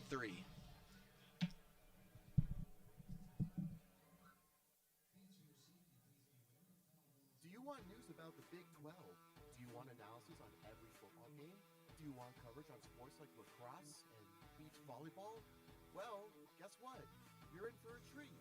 Introducing Big 12 at 12 with your host, me, Dimitri Kurlik. It's the show for Big 12 sports and Big 12 sports only. Make sure to tune in every Wednesday for analysis and breakdown of every Big 12 game from 12 p.m. to 12:30, only on Blaze Radio. Welcome back to Anime Only, the only anime podcast in the West. It's your one-stop shop for manga and anime discussion. With Blake Masterson, Gideon Hendricks, and Nicholas Kittleson, tune in every Friday, 3:30 to 4:30 to hear us debate, decide, and defend your best and worst anime takes. Listen at BlazeRadioOnline.com. I think it's time to blow this thing. Get everybody in the stuff together. Okay, 3, 2, 1, let's jam. Are you busy on Fridays at 3 p.m.? Are you bored and looking for entertainment and a good laugh? Do you want to be educated on Black culture topics in college life? Well, tune into the Black Tech Podcast On BlazeRadioOnline.com every Friday at 3 p.m.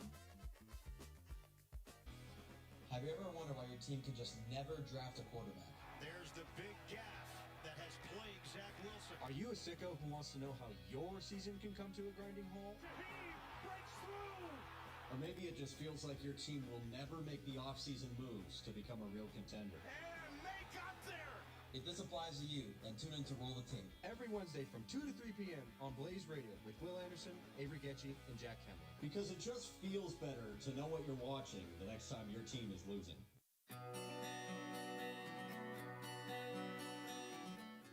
Blaze Radio needs your support. If you want to donate to help Blaze Radio, go to Blaze Radio.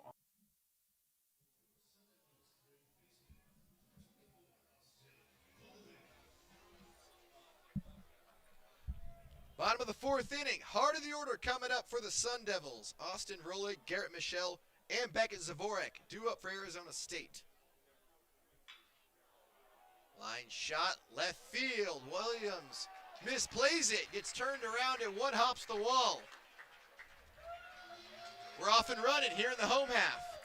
Are we 100% sure that New Contrades didn't put on a number 24 jersey and just stay in the game? Because single, now a double, has looked fine on defense. Austin Rolig doing a great job filling in for his teammate. 6th double of the year for him. Sun Devils have a runner in scoring position with nobody out. Here's the DH, Garrett Michelle. Stepping in for the 3rd time. Riera, his first pitch misses outside. 1-0. Michelle from Stanley, North Carolina. Has an RBI opportunity. Still looking for his first hit. Ball 1, that breaking ball just sails out of the zone. Michelle drove in a run, an RBI ground out in the 1st, and flew out to center in the 3rd. Sun Devils up 9-3. Riera looks at Rolick at second, comes home, fires in, strike one. Michelle, a guy, still sitting at a 350 average with 1,000 OPS. So, I mean, the Devils just, this lineup, the numbers, these averages, it's just unbelievably stacked. The top 5 guys in the order all have averages over 300. Ball 3 outside to the lefty. Well, if you look at this lineup, 7 of the 9 hitters today are hitting over 300. Crazy. Top to bottom, there are no easy outs. 3-1. Rolick at second. Ripped off the glove of the third baseman, Giorso, into left field. Michelle with the base hit. Runners at the corners with nobody out for ASU.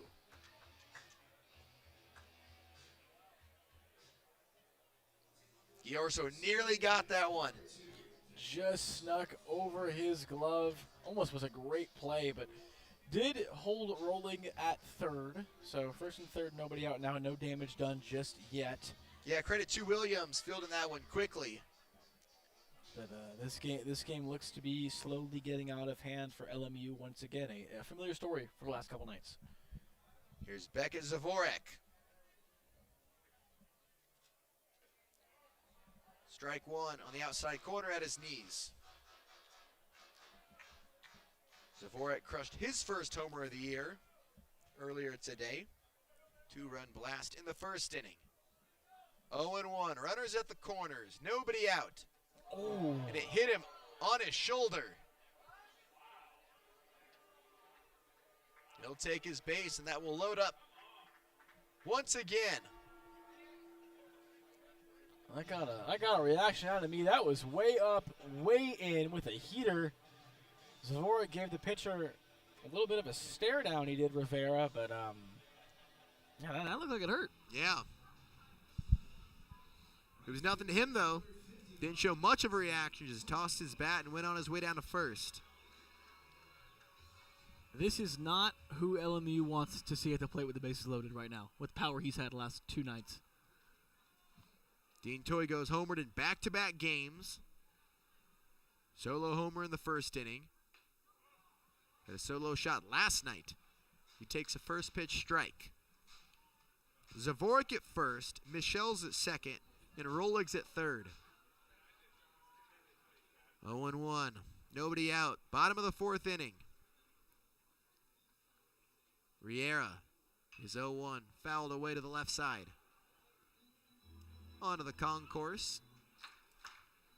Kind of an emergency hack there from Toigo. Was not expecting that good of a pitch to hit. Put one on there. Again, hit it hard, but yeah, way late. 0-2. Bases loaded. Sun Devils up 9-3.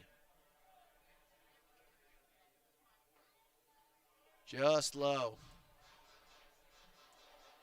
1-2. Toigo laid off the curveball, started in the zone and dipped below. Toigo, 280 on the year, 13 RBIs.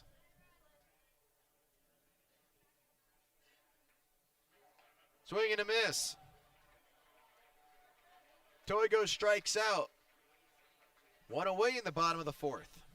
Looked like another emergency hack. I just don't think he was sitting heater in most of that at-bat. Blew it right by him there.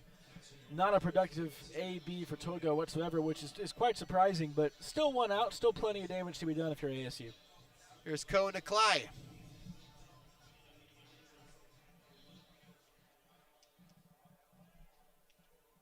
Bases loaded with now 1 out. Ball 1 to the right-handed hitter. Niklai doesn't have a hit today. He flared out to the third baseman. He did score a run. He was hit by a pitch last inning. 1 out. Bounce to third. Fair ball into left field. 1 runs in to score. Michelle comes around from second. 2-run single for Niklai. Sun Devils now lead 11-3. Just hit him where they ain't. That's the great strategy. Bounced her right over the third baseman's head. No chance to make a play, and looks like the Sun Devils are just going to run forever. We'll keep things moving. That's the second multi-RBI that wasn't hit particularly hard at all. If you go back to last inning, the two-run single from Myers, just hitting it just beyond these Lions defenders. And this could be it for Nico Riera. He came in 1 out in the third inning. And that will. Lions dig deeper into the bullpen. Sun Devils cash in for 2 so far. They runners on first and second. ASU now in front, 11-3. Pitching change coming for the Lions.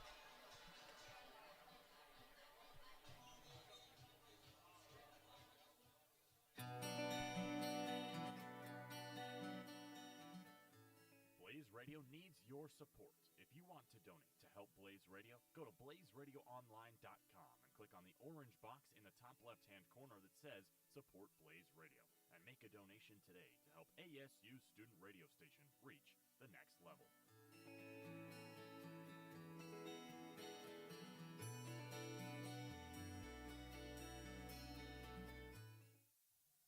This isn't just talk, it's football unleashed. Join AJ Gonzalez, Sebastian Fryer, and Trevor Cox as they break down the biggest hits, the boldest plays, and they have the takes that will shake the gridiron. I still think the Ohio State Buckeyes are winning a national championship. Think this Broncos team can make the wild card. I think Emeka Egbuka can reach Amon-Ra St. Brown Heights. This is 3 for 60. It's every Tuesday from 3 to 4 o'clock with AJ Gonzalez, Sebastian Fryer, and Trevor Cox. Only on the world famous Blaze Radio.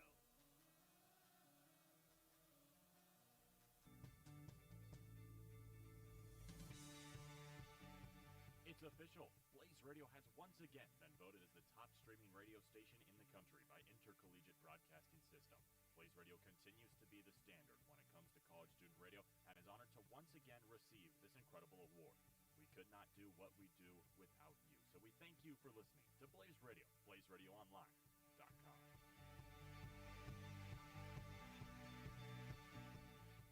Have you ever had deep conversations with your friends before?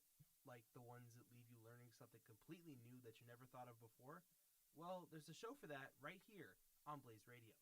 On Let's Have a Conversation, host Rome Katie introduces you to a new guest each week and has fun yet real conversations with them.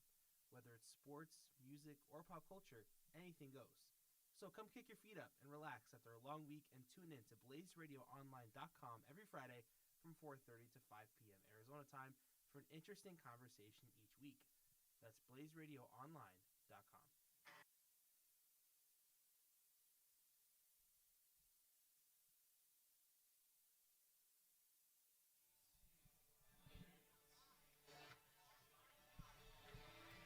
The third Loyola Marymount arm on the mound. Jake Geis takes over for Nico Riera. Second time we've seen him this weekend, and things did not go as planned for him on Friday night. No, came in that 7th inning and gave up 6 earned runs in only 1/3 of an inning. So not the performance he was looking for. See if he can bounce back here. He takes over with runners on first and second with 1 out. Here in the bottom of the 4th inning, Sun Devils added 2 more.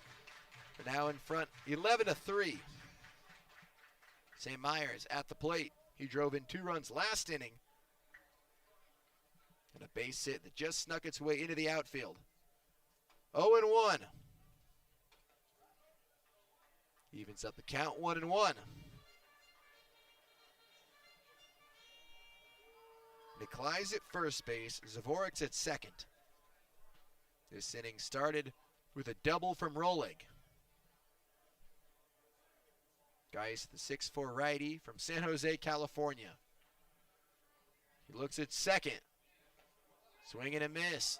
Catcher throws down to second, not in time. Was a good toss by the catcher, though. A little bit closer than you'd like it to be at second base, especially with only 1 out. No need to make it out there on the base pass when you're up 8 runs. So just, you can play a little bit safer here for ASU. Yeah, Zavorek bluffing with the fake steal at second, able to make his way back in there. 1-2 to Myers. On the ground to third, eats up Giorso, bobbled, there's going to be no play. Should be a base hit there. Ball was hit hard. Third baseman Giorso had the range to his right, just couldn't come up with it cleanly, and another productive at bat for Sam Myers, and as we've mentioned, man, does he need those. Yeah, he bobbled it as he was slipping. Could have had a force out at third base, but the Lions will get nothing. Goes down as a hit, though. Second knock of the game for Myers. So an infield single loads him up again for the top of the order. Something tells me Hairston's going to try a plate 4 right here. We know we can do that. First pitch to Landon Hairston outside for ball 1. Hairston hit his 4th bomb of the year last night. He has 18 RBIs on the year. More in the 15th game of the season. 1-0. Fastball off the plate to the left-handed hitter Hairston. 2-0. Myers at first base, Nikolai at second, and Zavorik's at third.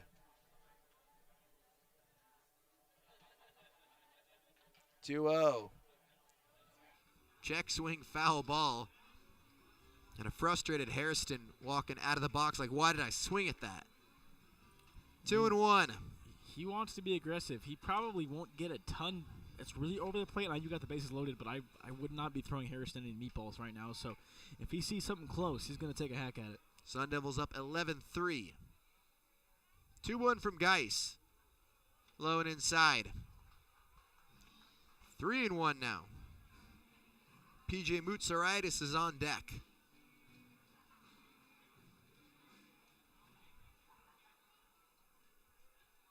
Avery Lane, the Lions starter, went 2 1/3. Nico Riera went an inning. Jake Geis just came in. Second hitter he's facing. 3-1 is fouled away. Hairston can be just a hair earlier on that. He's gonna put that ball. He's gonna hit the ball a long way. He just missed it. Did you mean to do that? Say again? Hairston just a hair late. Yeah, I didn't mean to do a that. little pun. You know what? It doesn't hurt. We'll say pun intended. I appreciate it. 3-2. In the air to left field. Williams drifting back on the track, and it's out of here. You called it, Anthony. A grand slam for Landon Hairston. 5th homer of the year. Now 22 RBIs in the Sun Devils. In front, 15-3. Well, he got more than a hair of that one, I'll tell you that much. He tried to plate 4. He got the pitch to hit. He went opposite field with this one. Not as far as last night's by any means, but man, is Hairston hot right now. What a swing, and that just about buries LMU. A blast into the Loyola Marymount bullpen.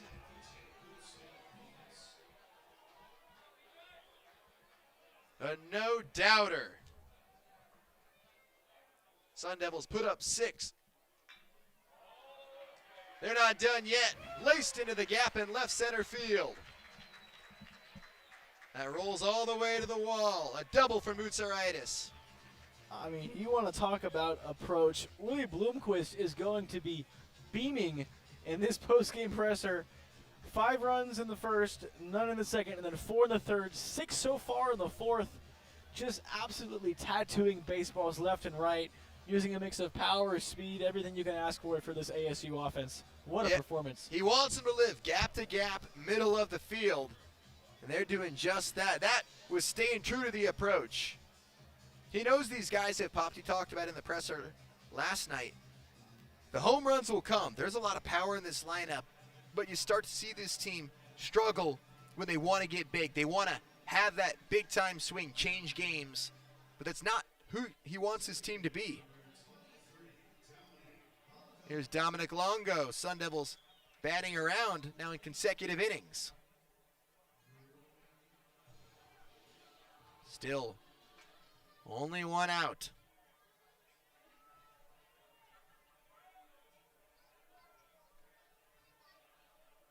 Geis looks to second before he comes home. First pitch popped up right side. Into the seats just beyond the Sun Devils' first base dugout. Longo very eager to join the party. Took a swing at the first pitch he saw. Maybe not the best pitch to hit, but kind of seems like everything's a good pitch to hit right now. Everything's coming up Sun Devils. Oh, I'm getting the feeling that that baseball is starting to look like a beach ball for these Sun Devil hitters. 0-1.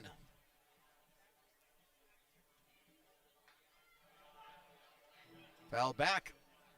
0-2 now. ASU up 15-3. We talked about it in the opening. Is this the day? Will the Sun Devil bats wake up early in this one? They've answered that so far. 5 in the first, 4 in the third, and 6 in the fourth. Guys, his 0-2. Struck well, left field. Williams drifting back on the track, looking up, and it's gone! Two-run shot for Longo into the left field corner. Second home run of the bottom of the fourth inning. And Longo keeps pouring it on for ASU. I mean, you're running out of words. You're running out of home run calls at this point. My goodness, that breeze kind of blowing that direction to left field. It's a warm day here in Phoenix, and the ball is carrying. I don't think Longo got all of that by any means, but it cleared the fence, and suddenly this is an absolute clinic of an offensive day by Arizona State. Longo now climbs into sole possession of the team lead with 6 bombs on the year. 17-3 Sun Devils. Wow. Here's the guy who started this inning, struck into right field, drifting towards the line, dropping in foul territory. Klossick can't get there.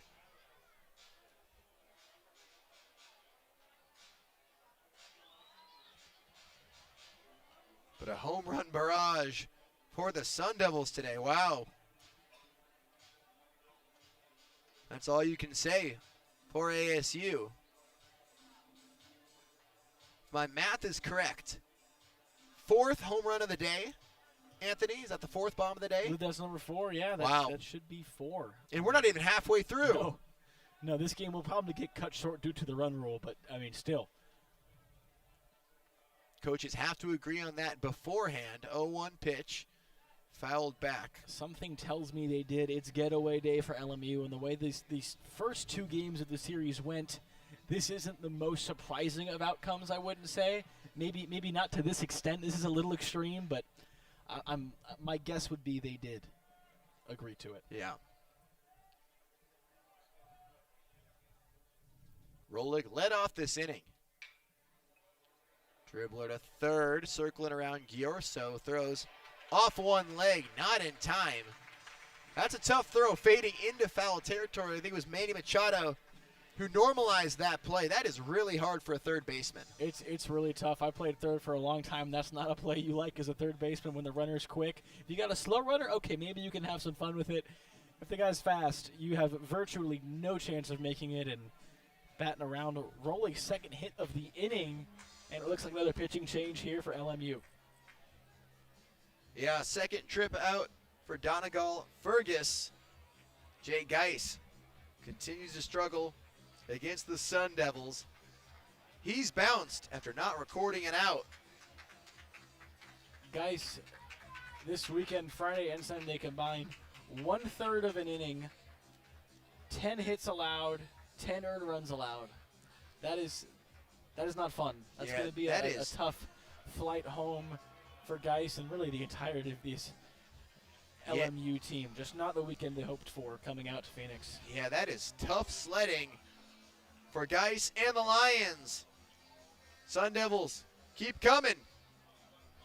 ASU up 17-3. Another pitching change. They got 8 spots so far with 1 out in the bottom of the 4th inning. You're listening to Blaze Radio.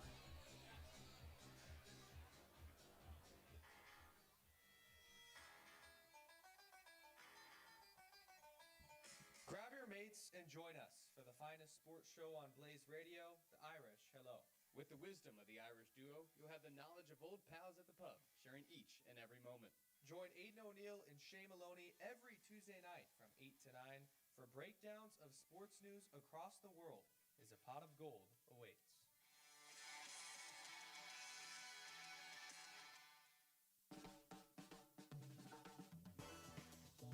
Hi everyone, this is Bella. And I'm Landon. Welcome to Album Splain. Each week, we dissect one album and give our listeners some brand new music news. There's always laughter and a good time on our show. Listen as we talk about some of our favorite artists like Pink Panthers and Stevie Nicks, while also talking about what's going on in our lives.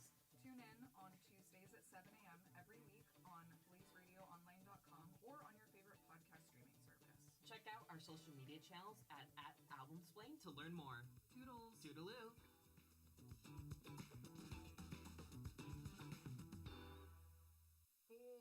Is that what your golf game sounds like? Well, mine too. But hey, if you play, that means you love golf. And if you want to love golf Tuesdays from 12:30 to 1 p.m. Arizona time, then you can join me, Brennan Bucher, on Blaze Radio Online for all things scores, equipment, leaderboards, and event coverage. It's everything from the Corn Ferry to Live to the PGA Tour. If it's golf, it's on the 16th hole on Blaze Radio Online.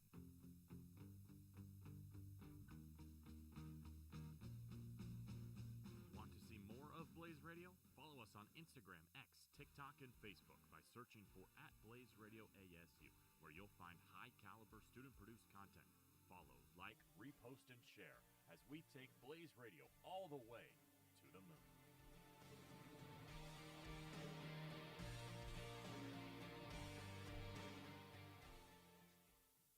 In a world where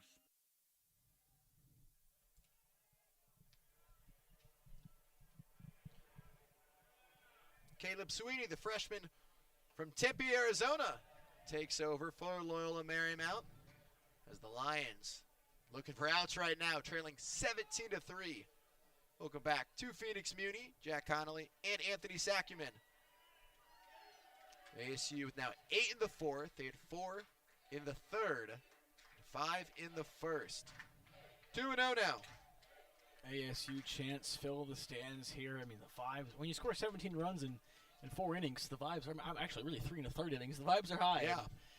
They really are on a beautiful day here in Phoenix. 2-0 to Garrett Michelle. All 3 high. Sweeney graduated last year from Valley Christian High School, making his 4th appearance on the year for the Lions.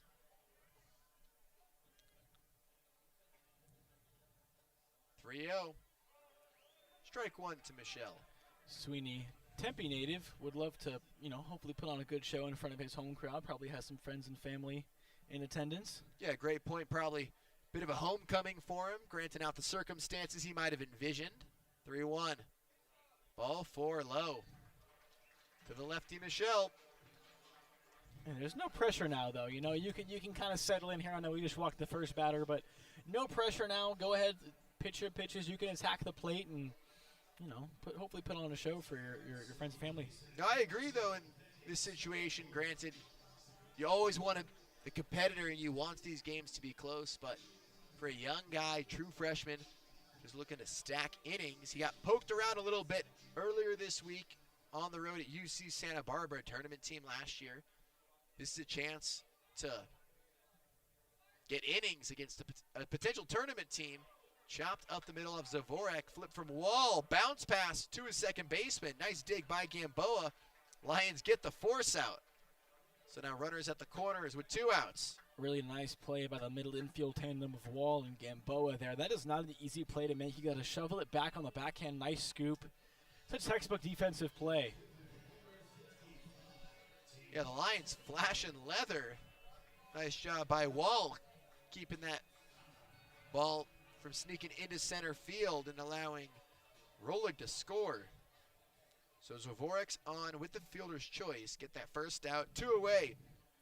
Here's Dean Toigo. Fastball taken for a strike in the inner half. Toigo, the 13th batter of the inning for ASU. Yeah, if they didn't break the game open in the third, they definitely have here in the fourth. Fouled back. Heads up. Off the press box.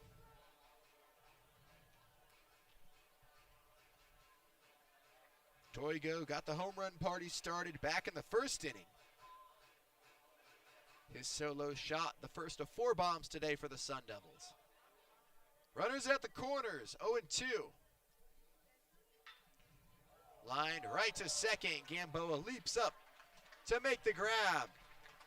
But a couple of homers here in the bottom of the 4th. A grand slam from Hairston. And then a 2-run shot from Longo. ASU puts up 8. They're in front, 17-3 at the end of 4.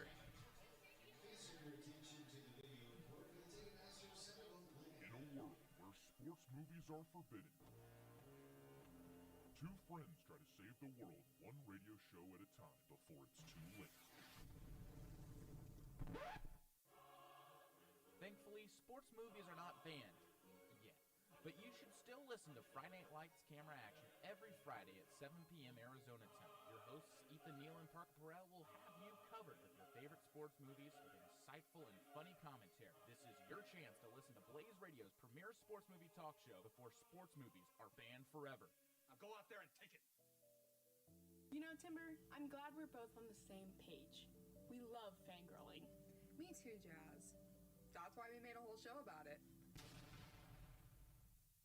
The Fangirl Forum is back and better than ever. Join us every Sunday at 1:30 p.m. on Blaze Radio to hear the rundown on all our favorite shows, movies, books, and more. Tune in at blazeradioonline.com. Channel your inner fangirl.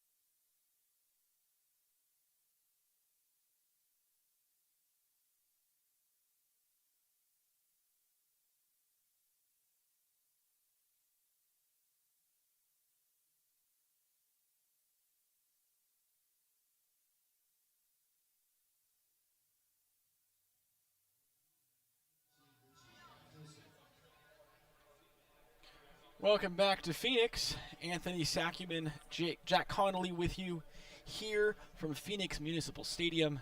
ASU LMU baseball. Top of the 5th. ASU with a massive lead, 17-3 over LMU. Right-handed junior Jaden Alba takes the mound for the Sun Devils and pours in a strike to begin his day of work. Cole Klecker started for the Sun Devils. Nice performance out of him. 4 innings, 3 earned runs, 6 hits allowed. Not too bad. And, of course, tons of run support. As Alba throws one down and away for a ball. Richie Klosik at the plate for LMU. 0-1 so far today. The fly out to right field. Dean Toigo made a nice play. Alba ready and kicks and deals. Swing and a miss on the off speed. Looked like a slider. Had him way out front. And Alba working fast. It's 1-2.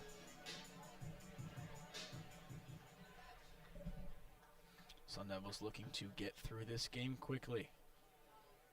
The 1-2 pitch. Grounded up the left to the shortstop. That's going to be a base hit. Just kind of snuck through the 5-6 hole. And a good start for LMU. I don't know if they're going to get 14 runs back by any means, but a hit's a hit, a start's a start. You can't get 14 before you get 1. And now they got a runner on base with nobody out. Alba got ahead early, but lost him with a 1-2 pitch that just caught a little bit too much of the plate. Now the leadoff hitter, Jackson Wall, steps up. 471 average, 1 for 2 today. Huge threat at the plate. Takes the pitch for a strike. 0-1 the count now. Alba getting ahead with some heat. 94 mile an hour fastball. We will see if LMU makes any attempt to steal a bag as Alba throws. Takes one way upstairs for a ball. 1-1 the count. Alba pretty competitive so far, not too many big misses. That was his first one. And as this game is very much out of hand, it's important to just keep the pitches in the zone, attack the plate, work through this fast, get your work in, and get out. And that ball's grounded, finds the 5-6 hole as well. Another base hit, almost identical to the first one. And LMU has something brewing here. First and second, nobody out. Found that exact same hole between the third baseman and the shortstop. Alba finds himself in trouble early. Zach Wattis steps to the plate now, the big lefty. 169 average on the year. But man, does he have some power. 5 home runs already, and we saw a big one on Friday night. Alba from the stretch now. Kicks and deals. Pours one in there for a strike. Looked like another slider. Gets ahead. 0-1 the count. 2 singles to lead off this inning for the Lions. Now the 2-hitter steps up. Looking for a big opportunity to plate a couple runs for a team that desperately needs them. Ball's fouled off towards the ASU dugout. 0-2 the count. And not the start you wanted if you're Jade and Alba, but we kind of alluded to it with the low-pressure situation. For Sweeney and the Lions, you're going to get a chance to work your way out of trouble in a game like this. At this point, you're not just playing for today, you're playing for something bigger the rest of the season. This becomes about reps for sure. Pickoff attempt at second base. Just gets back in time. Does Klosek. But yeah, you're right, Jack. It's more about just getting your reps in. This is a no-pressure game now. You play your game, you swing your swing, and this is big for LMU down the stretch. Guys can prove that they deserve to be in this lineup on a daily basis. Way upstairs is the 0-2. 1-2 the count now. Alba's gotten ahead a couple of these hitters, but just not able to close the door on them. Hoping to stay ahead and close out Wattis here. And I'll preface it, we can talk like this. For these guys, for Alba, try to get himself right, become a mainstay in this bullpen. No, this is for real for him. And, there's going to be no need to tell anybody on this team. These reps are at a premium. Oh, absolutely. No, Alba, starter for most of last year, had 5 starts, a couple of bullpen appearances, but a guy who is customary to being on the mound for ASU, but with so many transfers and new arms coming into the stable, it's hard to find playing time. So this is big for him. The 1-2 pitch was low. 2-2 the count now, looking to not give away another batter after getting in front of him early. 2-2 on the way. Just off the outside corner. He didn't like it, the dugout didn't like it, and the count runs full. It's a good pitch, good take. Look, when you're up 14, home plate umpire Rob Minter, you're not going to get any borderline calls. They better be in there. And that's a game where at 50-50 calls, they're going to go towards the Lions at this point. Swing and a miss on the heater. Sits down Zach Wattis, and that's a big first out of the inning for Jaden Alba. Love that. Don't stress about the missed call. Come right back. Gas him up. Blow right past him. You don't put it into the umpire's arms if he swings, do you? Here comes Zion Williams. Again, really tempted to say Zion Williamson, but I'm done good so far not doing it. Williams, 224 on the year, 0 for 2 today. Righty on righty. Alba throws. Check swing, but a strike nonetheless. Pours in the slider. Using that slider a lot here. Sitting in that 84 to 86 mile an hour range, and it's been working for him so far. Yeah, he knows how to pitch. Using the heater effectively, but also, there it is again. Another check swing. Yes, he did, says home plate umpire Rob Minter, and quickly the count is 0-2. And man, that slider is tough for a right-handed hitter from a right-handed pitcher. It breaks to the glove side, so it looks so good, and then it just drops off the table. It was one of my least favorite pitches when I played. Swing and a miss, another heater.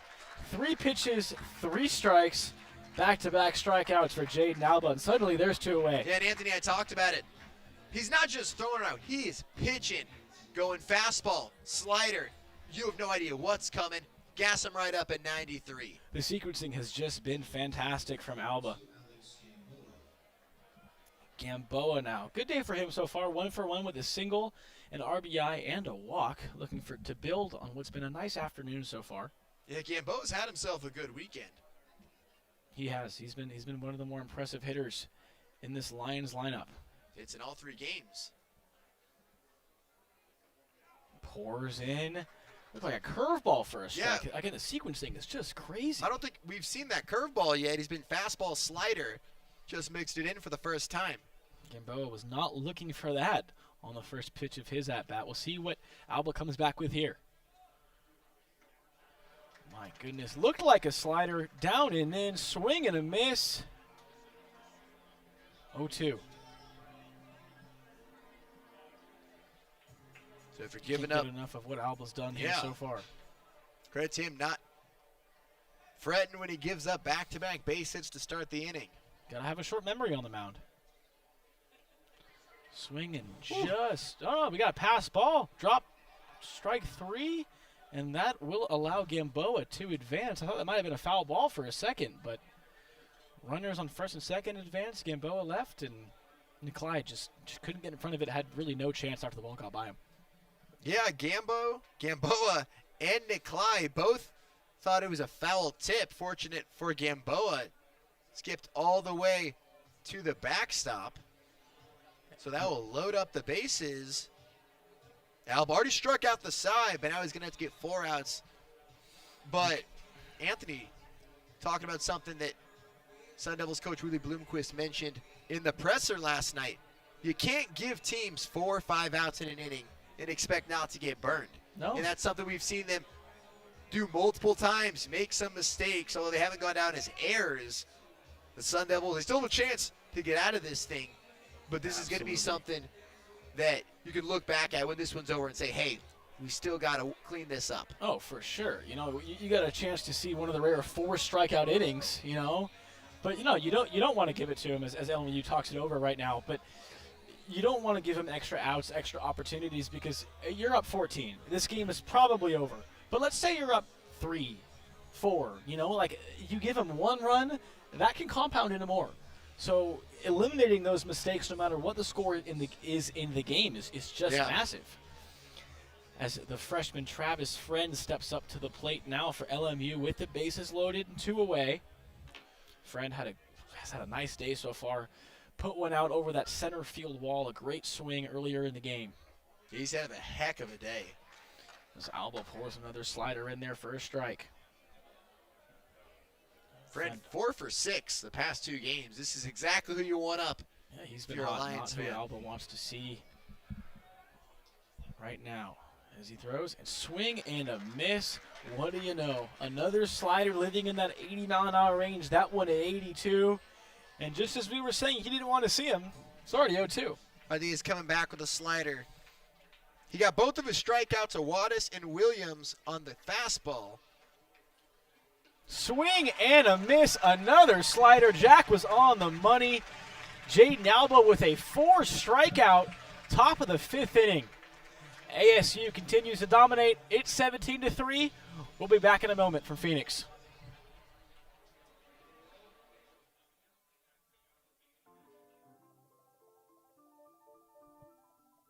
Blaze Radio staple shows are back. Tune into Open Mic, Traffic Jam, Press Pass, Bottom of the 6th, and Onward to Victory every weekday from 5 to 7 p.m. to get your fill on the biggest takes and trends going on in music, news, and sports. Make sure to tune in at blazeradioonline.com.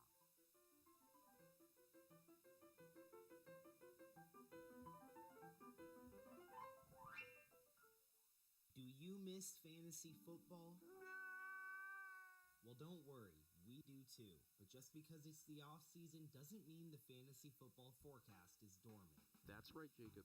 We've got a lot more to talk about, from free agency and the NFL draft to Dynasty League rankings and so much more. So make sure to tune in to the Fantasy Football Forecast hosted by myself, Jacob Brooks, alongside Isaac Robertson on Tuesdays from 9 to 10 p.m. on Blaze Radio to get ahead for your fantasy leagues next year. Have you ever had deep conversations with your friends before? Like the ones that leave you learning something completely new that you never thought of before? Well, there's a show for that right here on Blaze Radio. On Let's Have a Conversation, host Rome Cady introduces you to a new guest each week and has fun yet real conversations with them. Whether it's sports, music, or pop culture, anything goes. So come kick your feet up and relax after a long week and tune in to blazeradioonline.com every Friday from 4:30 to 5 p.m. Arizona time for an interesting conversation each week. That's blazeradioonline.com.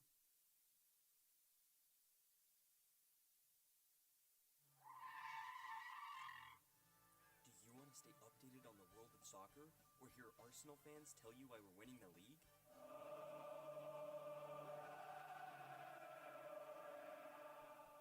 Then you need to tune in to Park the Bus on Blaze Radio. Go to blazeradioonline.com at 10:30 every Tuesday morning to hear Alex Swift and Bob Luke, alongside the occasional guest host, talk everything soccer.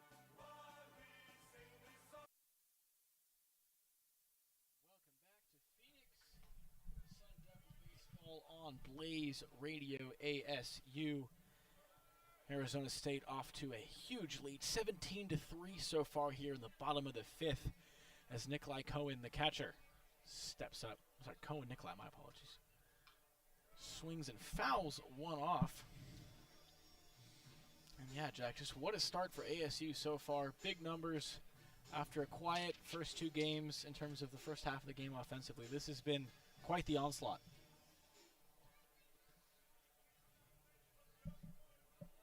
1-1 the count to Nikolai. Takes one upstairs for a ball. 1 for 2 so far with a single and a hit by pitch. His fourth at bat of the game.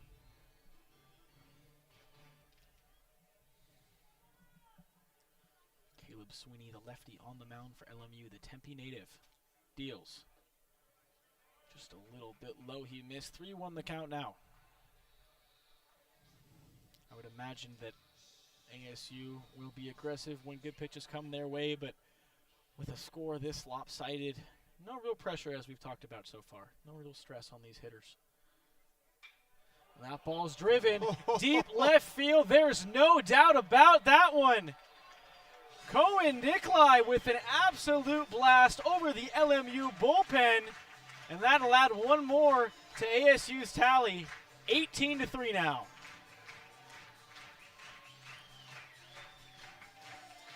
Yeah, a bomb to left field. Sun Devils, they're not known to celebrate about that one, but Nikolai could not help himself. He had to admire that one, toss the bat. You earned it after a blast like that. You earned the bat flip. You are right. I mean, my goodness, 426. That ball had no doubt.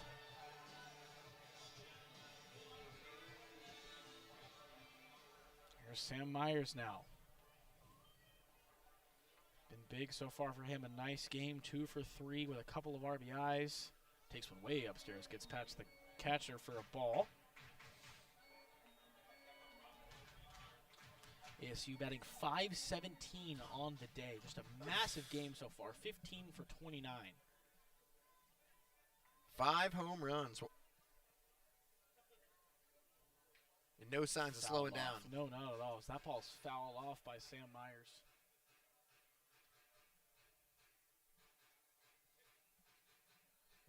The count to ASU's left fielder. Huge day for his average. Got all the way up to 286. Looking for his first big fly of the year. That ball's bounced for a ball. 2-1. Lefty on lefty. Tough matchup here for Myers, but it's been a really, really great weekend so far for him. Hits in the first 2 games as a pinch hitter. Got a start today and has made the most of his opportunities. Yeah, multi-hit game. He was looking for hits. Tried to get the bunt down his first trip. He grounds one just foul right to his first base coach. 2-2 the count.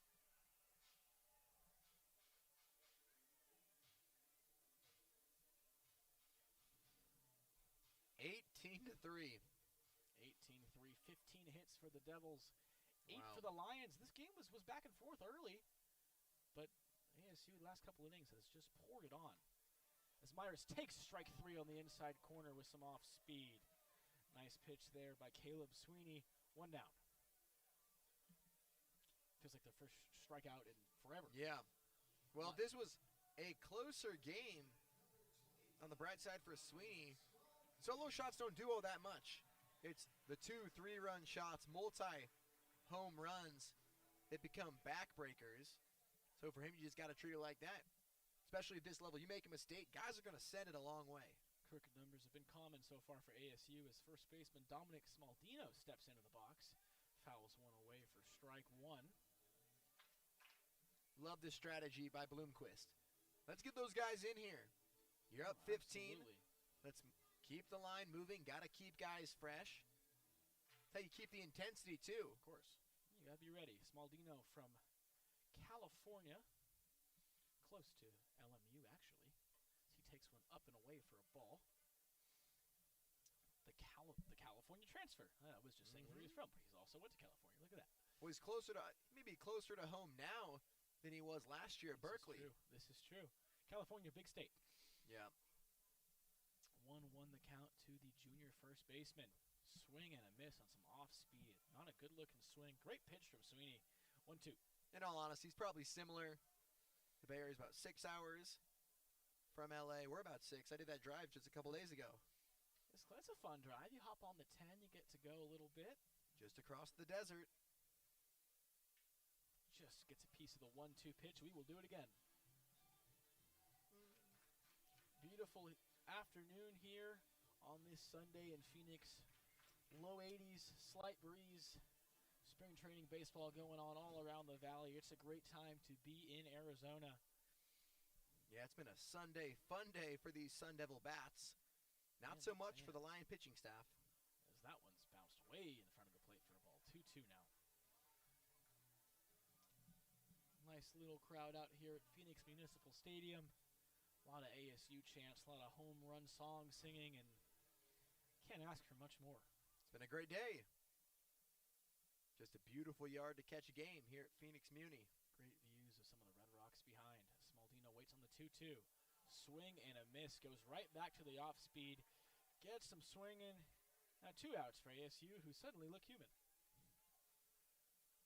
I do wonder if that run rule is in effect. We aren't in the circle on those talks, but it has to be discussed in the pregame meeting between head coaches. And I have to agree with you, Anthony. I can't help but have to assume that the way this series has gone, back ends of the bullpen, travel day for LMU, that there probably is a run rule in order of some sort. I would imagine so. It should be the 7th inning, bottom 5 right now, as PJ Mutsaritis steps in. Hopefully I'm pronouncing that right. Mutsaritis. Shortstop for ASU. Good day so far. 2 for 4, with a double and a single. Takes one inside. 2-0 the count now. Another one of those guys in the position battle. Didn't play last night. Saw him on Friday. These are big reps for a lot of these players. I know the score is lopsided. He grounds one to third base. Giorzo throws in the dirt, and it gets away from the first baseman. And Mutsaritis will have second. Yep, he is safe as the throw is a little bit errant. That should be an E5 on Gariso. And ASU with yet another runner in scoring position. Giorzo's had an overall good weekend. Just the low throw. Wattis had a chance at it. He's picked up his fielders a handful of times, but not that time. And when you could have been out of the inning, this bottom of the 5th inning continues, and that you just do not want to give the Sun Devils extra cracks to the plate. Sophomore Kai McGarry pinch hitting for Dominic Longo. As we mentioned, getting guys more reps. Big at bat here with a runner on second base. McGarry batting .500 on the year. Not a huge sample size, but 500's 500 nonetheless. Oh, yeah. You'll take it. As he drives one right back up the middle. Line drive into center field. Mutsaritis heading home. ASU tacks on another one thanks to a first pitch single from Kai McGarry. 19-3 Sun Devils in the bottom of the 5th. Yeah, when you give good teams opportunities, they make you pay. Love it for McGarry. Fresh off the bench, first pitch he sees, rip it into center. That's not easy to do at all. But when you're ready, you never have to get ready. Credit to McGarry.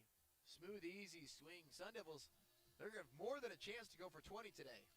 That was a textbook swing right there. That's exactly what they teach you. Right back up the middle, right over the pitcher's head. Can't ask for much more than that if you're Kai McGarry off the bench. And here's Austin Rolig, who has stepped in really, really nicely for the injured New Contrades, who left the game in the first inning after his double. Not sure exactly what happened. Looked like an ankle, maybe a hamstring as he headed into second base. But Rolig, 3 for 3 today, 2 singles and a double. He takes another one upstairs for a ball. 2-0 to count now.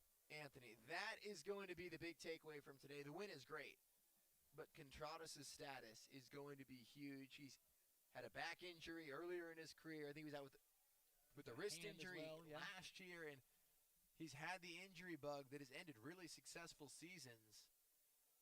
You just hope that he's going to be okay. Absolutely. Rolig takes the 3-0 pitch. It didn't look too serious. He walked off under his own power. No noticeable limp really at all. Looked for a second like he might stay in the game, but precautionary reasons took him out. So we'll wait to hear what Willie Bloomquist has to say after the game as Rolig waits on a 3-0 from Caleb Sweeney. And he takes ball 4 low.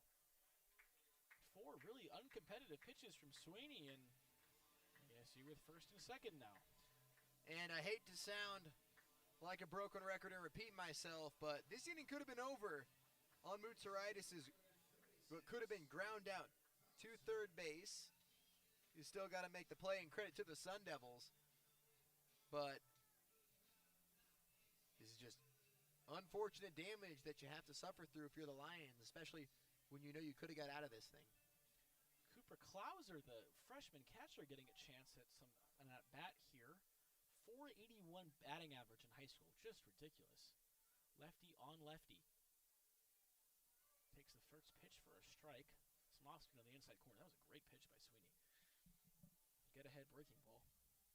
At least for the young guy, their unearned runs not going against him. But still, unfortunate nonetheless. They're on the scoreboard. That's all that ASU cares about. As Klauser takes one outside for a ball, evens up the count at 1. Rolig on first, McGarry on second. 2 outs here in the bottom of the 5th from Phoenix. 19-3 ASU. Sweeney deals. Rolig takes another one outside. Back pick attempt is, what a play by Jackson Wall. That ball was about at least 5 feet to his left after running the other direction to get to second base. Great save to keep that ball from going into center field. That saved a free 90 feet for ASU. Perhaps more. Huge save. Nice athletic stop by Wall. Love to see the effort even when the score is out of hand from the shortstop. Swing and a miss from Klauser. Bounced out of the catcher's glove. 2-2 the count now. 2 balls, 2 strikes, 2 outs, 2 runners on. Freshman catcher Cooper Klauser getting a chance here. 1 for 3 so far on the season with 2 walks, so 600 on base percentage. You'll take that. He takes strike 3 looking. Maybe he thought it was a little bit inside, but ASU tacks on 2 more. 19-3 here in the Valley. Everything coming up Sun Devils. We'll be right back for the top of the 6th here on Blaze Radio.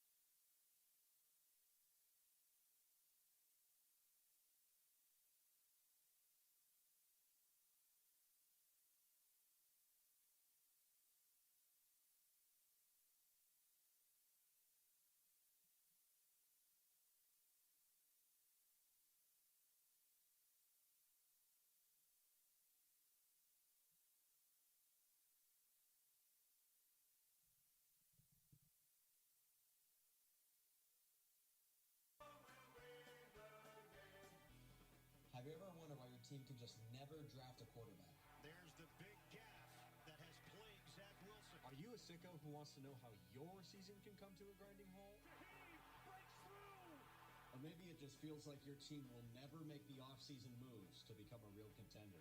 And make up there! If this applies to you, then tune in to Roll the Tape. Every Wednesday from 2 to 3 p.m. on Blaze Radio with Will Anderson, Avery Getchie, and Jack Kemler. Because it just feels better to know what you're watching the next time your team is losing. Clark, step back three. You bet! Ball lets it fly. You Hey, it's Lauren. And I'm Kinla.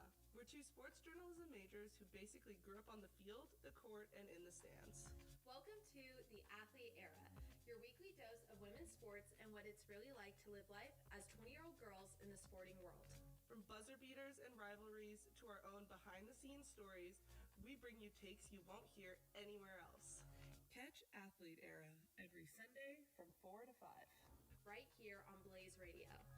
Tune in and join the era. Are you busy on Fridays at 3 p.m.? Are you bored and looking for entertainment and a good laugh? Do you want to be educated on Black culture topics in college life? Well, tune into the Black Tech Podcast on BlazeRadioOnline.com every Friday at 3 p.m. What if your favorite player never got injured, or what if the biggest trade never even happened? We'll take a step into the multiverse every Thursday at 8 p.m.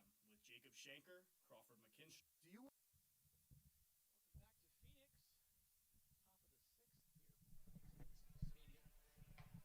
ASU up big on the Loyola Marymount Lions, 19-3 the score, as the freshman right-hander Austin Musso gets a chance to take the bump.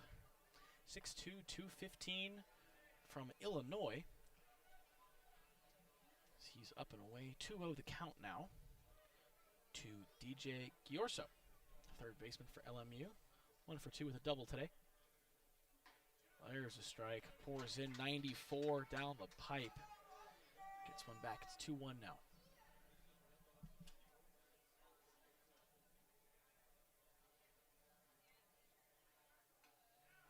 Yeah, Musso, just missed. The freshman, correct me if I'm wrong, I think he's making his debut. I believe, yeah, he is. Oh, no. 3 in the third so far on the year. 3 earned runs. No decisions yet on the year, as that one's blasted way up there. Medium deep left field. Myers gets under it and makes the catch for the first out of the inning. Ball was way up there. Yeah. Well, Musso's a guy this coaching staff is high on. They feel good about him after the fall. They like the story of a lot of guys on this staff. What their role is going to be, that's still being defined as we speak. And we're a month into the year. It's a blessing and a curse to not know what your role is going to be coming up on Big 12 play. But there's just so many weapons. It's better than not knowing what anybody can do. Absolutely. It's hard to. So that ball's bounced right by the shortstop. And that's going to be a base hit for LMU's Win Gurney. Bottom of the lineup making some noise here. As LMU will have a runner on. As I was going to say, it's hard to not be high on a guy who his senior year of high school went 9-2 with a .88 ERA and 102 strikeouts. That's pretty good. Yeah, he was mowing down high school hitters in Illinois. Second-ranked pitcher in the state last year by perfect game.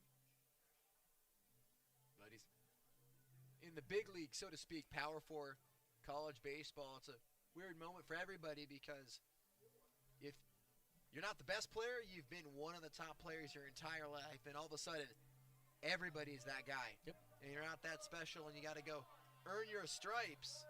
And, these are the opportunities for Musso. We saw it with Alba. Get your inning in. It could turn into a bullpen game the rest of the way we saw it yesterday. So make the most of the opportunity. LMU in just about every game this weekend has had like full team meetings like in the middle of the inning.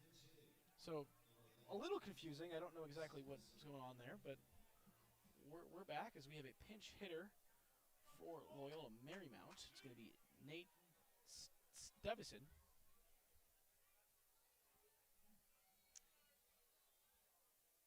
Sophomore infielder, righty.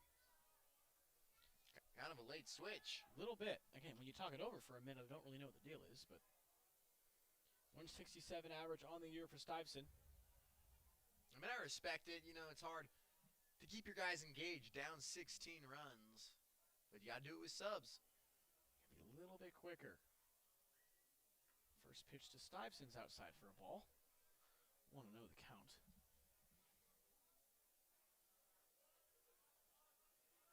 Gurney does have some speed on first base. We'll see if he goes. I'm not sure LMU wants to potentially take runners off the bases, but also wouldn't hate to have a runner in scoring position.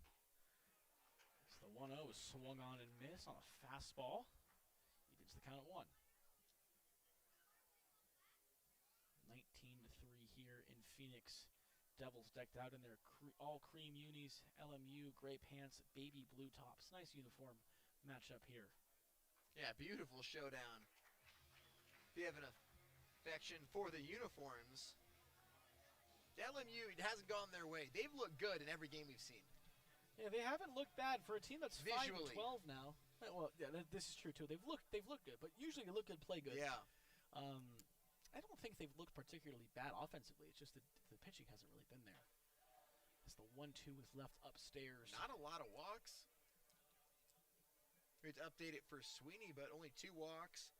Riera didn't give up any, neither did Geis. They're just getting teed off on, and that's a testament to the Sun Devil hitters. It is. There's different levels of D1 baseball. This kind of proves that to be the case. Musso misses outside with a ball, and the count runs full 3-2. 1 out, runner on first for the Lions. Well, there's no doubt these Sun Devils came into this weekend with some vengeance after what happened last weekend in Texas and in Oklahoma. They very well could have swept the Sooners. 12th ranked Sooners now. Swing and a miss on the 3-2. Stuyvesant goes down looking. Musso's first K of the inning. 2 down.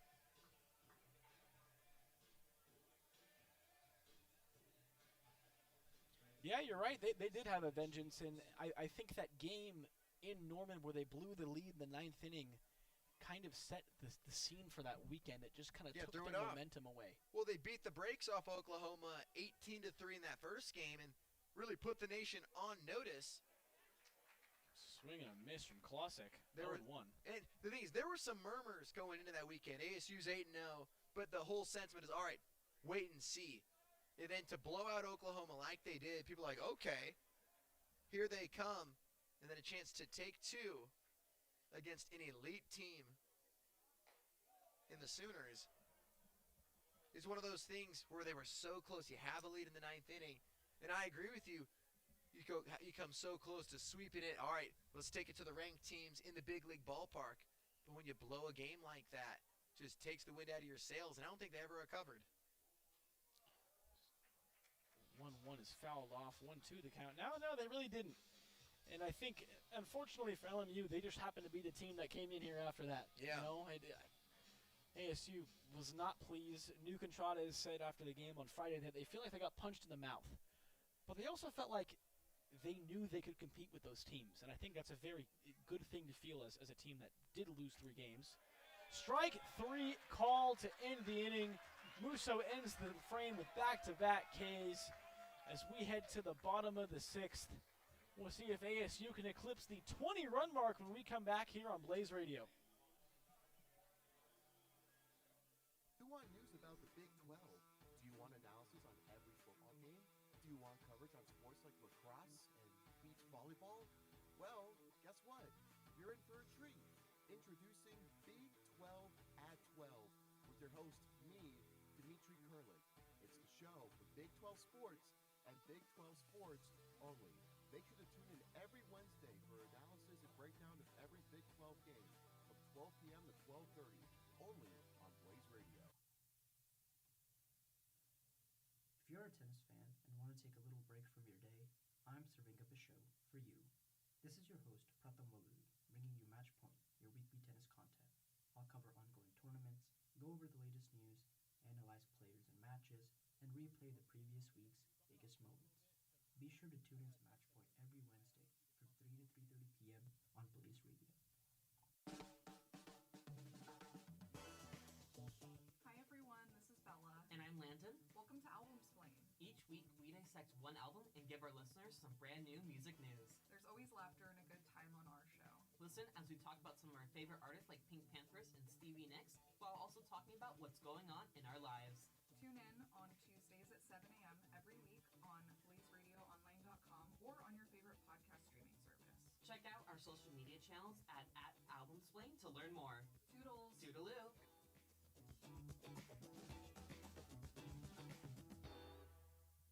I say kettle. You say hot. Kettle. Hot.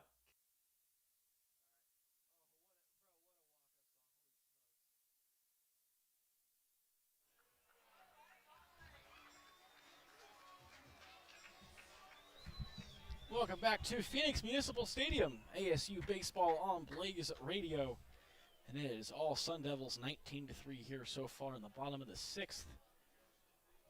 That's that first pitch to Finn Leach. Pinch hitter's way outside for a ball.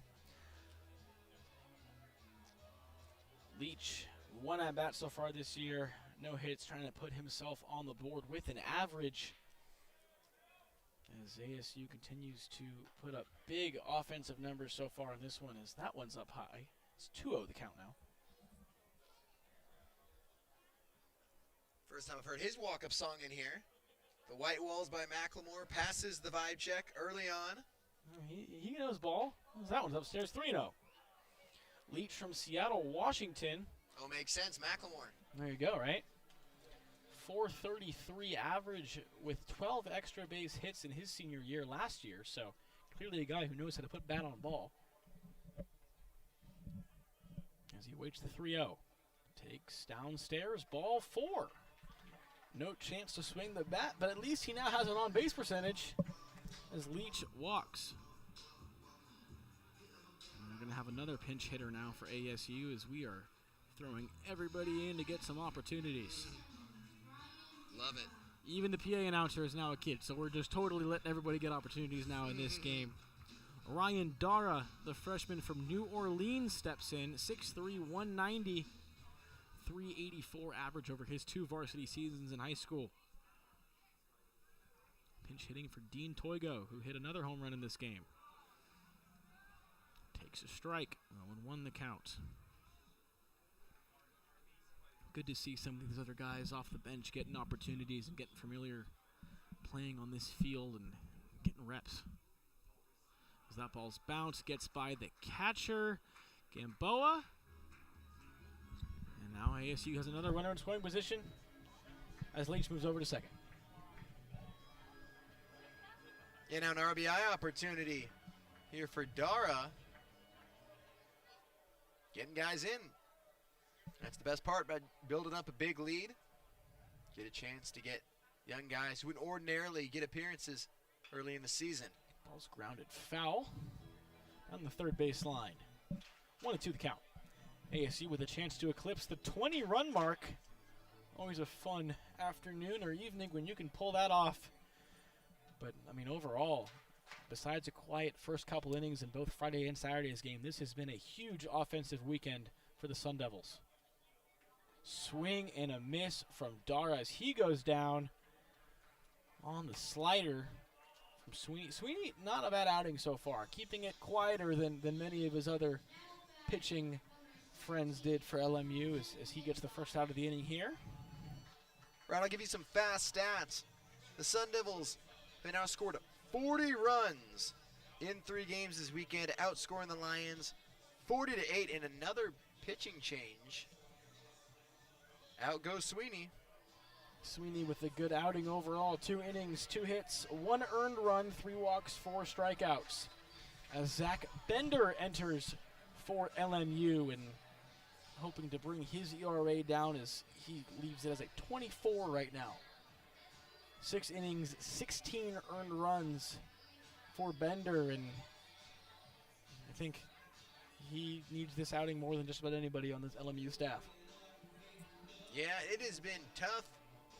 It's a way to start the year for this LMU pitching staff. Bender comes in, the sophomore from Las Vegas. Second year at LMU. Made a start earlier this season, but he struggled, giving up multiple runs in each of his outings, including 7 runs against Tulane, 3 against Washington, 5 against Wake Forest, and then calmed it down a little bit at UC Santa Barbara earlier this week, but did not record an out. So this is an opportunity. You said it. He needs this more than anybody. Runners on base are not charged to him, but it'll be a good chance for him just to find something to build on. Absolutely. The Las Vegas native had a nice season for LMU last year.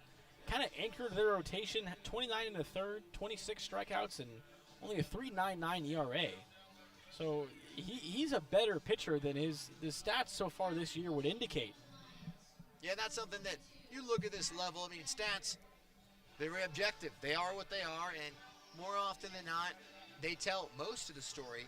But everybody can pitch at this level, and you wouldn't have an opportunity to play Division I WCC baseball if you didn't have some ability. But projectability, potential, and seeing what you can do at the high school level and in the club ranks, it's a different ballgame to be able to prove that day in and day out, and they get an opportunity in a game setting. Not to mention against Power 4 program on the road against an offense that has been as good as anybody so far in the country. Oh, for sure. Yeah, no, the Sun Devils bats, this is not a fun test for any pitcher.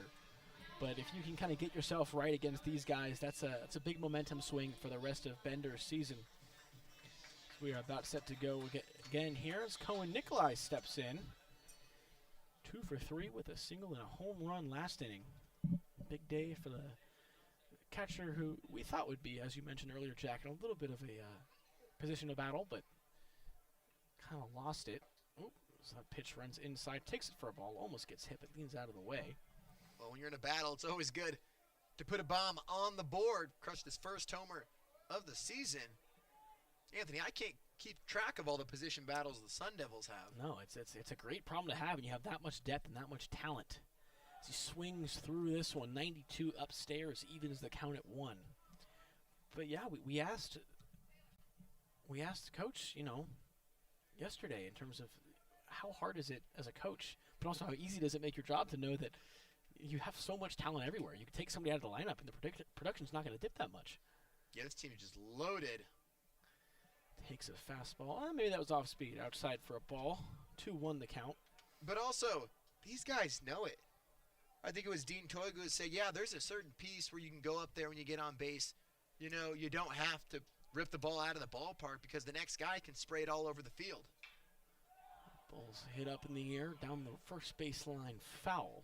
I mean, this is a lineup that just keeps on coming and wears you down, and there's no easy outs. I said earlier, 7 Sun Devils are hitting over 300. I know it's early, but we got a decent sample size. I mean, we're game 15. Conference play starts next week. This team is putting people on notice. Nikolai hits a dribbler back to the pitcher. Nice PFP. Bender gets it in the action early. Retires him at first. Leach does move to third with 2 outs now. And I'd go as far to potentially say maybe it was a good thing to have the little slip up early in the year. Size yourself up with that top tier competition against the SEC teams. Oh, absolutely. Again, I think while they, as Contrada said, got punched in the mouth, Willie said, following his comments, that they felt like they were the better team in multiple of those games. And that's a huge stepping stone for your confidence. As Myers hits one into the gap, it gets cut off by Williams, but that will bring a run home as Leach comes across the plate for ASU's 20th run. Nice route there by Williams to cut it off from the gap, but nonetheless a single for Sam Myers, who's had a great day, 3 for 5 now, and his 3rd RBI brings across ASU's 20th run of the game. It's 20-3. Williams got that ball in so quickly. Credit to Leach being a good base runner. He knew he was scoring on the crack of the bat. I thought there was a chance that Williams might have tracked it down. But good run running on 2 outs. So as soon as that ball got down. Smaldino takes one way up. That's chin music, and there's been a lot of those from LMU. I know they haven't been the most, haven't had a lot of control so far, but seems like a couple of those are getting a little bit too close with a little bit too much velocity for ASU's liking. Yeah, that's pretty scary when you get up there. Myers heads over to second, so Smaldino has a runner in scoring position with 2 away. 3 hit by pitches so far. Another one upstairs. This one not as inside, taken for a ball. 2-0 the count. Zach Bender, the right-hander, on the mound for LMU, trying to just get through these last couple innings for the Lions. Looks back at second and kicks and deals. Out and away, 3-0. Big chance for a scoreless inning for Bender. Has not been many of them this year. I mean, he's played some tough competition. UC Santa Barbara tournament team, Washington, Wake Forest, Power 4. Tulane's a good ball club. Pours one in there for a strike, 3-1. The runner on second base was not his that just scored. Be credited to LMU's previous pitcher, Sweeney. A decent outing overall. It's a tall task against these Devils. And that's ball 4 down and away. Another runner reaches. Smolino takes his base. And here comes the shortstop, PJ Mutzaritis.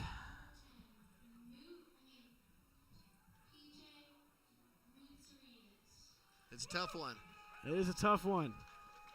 Credit to the kid for making the effort. The kid made the play. He got through it. Steps in. Great day for PJ as well. Oh, and he gets plunked. It's just a lot of pitches running up and in. There's another one. Bases are now loaded. ASU not happy with this game so out of hand. Really no reason for that to happen. I will give him the benefit of the doubt and think that he's losing control and things are spiraling on him right now. But on that same token, I'd argue that I think if there's not a run rule at 7 innings, I'm starting to think that Willie Bloomquist wish he would have set one. I'm thinking there will be.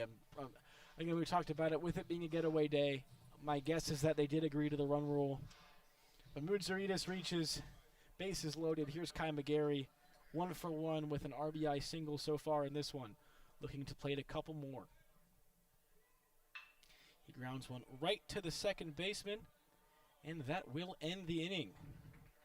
One more for ASU as they eclipse the 20-run mark. And we believe this could be the last half inning as LMU comes up for the top of the 7th. ASU 20, Lions 3. Listening to baseball on Blaze Radio. We'll be back in a moment. When I say kettle, you say hut. Kettle.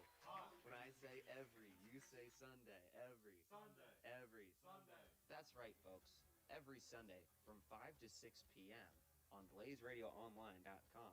Tune into the Kettle Hut with Nathan Kettle as the host with a special guest each and every week, talking all things sports, including their favorite sports teams, how their seasons are going, and what the future holds, along with a specialty draft of the guest's choosing where they decide, and we have some fun every Sunday on BlazeRadioOnline.com. You know, Timber, I'm glad we're both on the same page. We love fangirling. Me too, Jazz. That's why we made a whole show about it.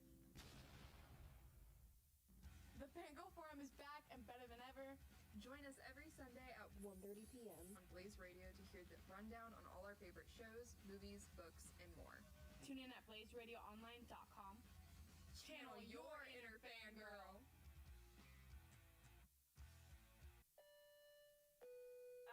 This is your captain speaking. It's time to fasten your seatbelts, open your ears, and board the audio passport. Coming to you live every Monday from 7 to 8 p.m. on BlazeRadioOnline.com with your pilots, Noah Fuller and Stephanie Doty. Each flight will explore the sound and critical reception of local musicians from a new destination. We hope you join us on this masterclass experience and choose the audio passport as your next airline. Safe travels and salutations. Imagine, every 6 to 7 days, a massive event takes place within pop culture. You don't even know or hear about it. People start calling you Unk because you don't have ball knowledge. Well, look who's here to save you. It's Caleb and Kaylee. Tune in to Niche for Niche every Wednesday from 4 to 5 p.m. on BlazeRadioOnline.com. Listen to us talk about current trends in pop culture, curate a playlist based on the vibes, and interview local Arizona artists from time to time. Come be a part of the crew and listen to us every week.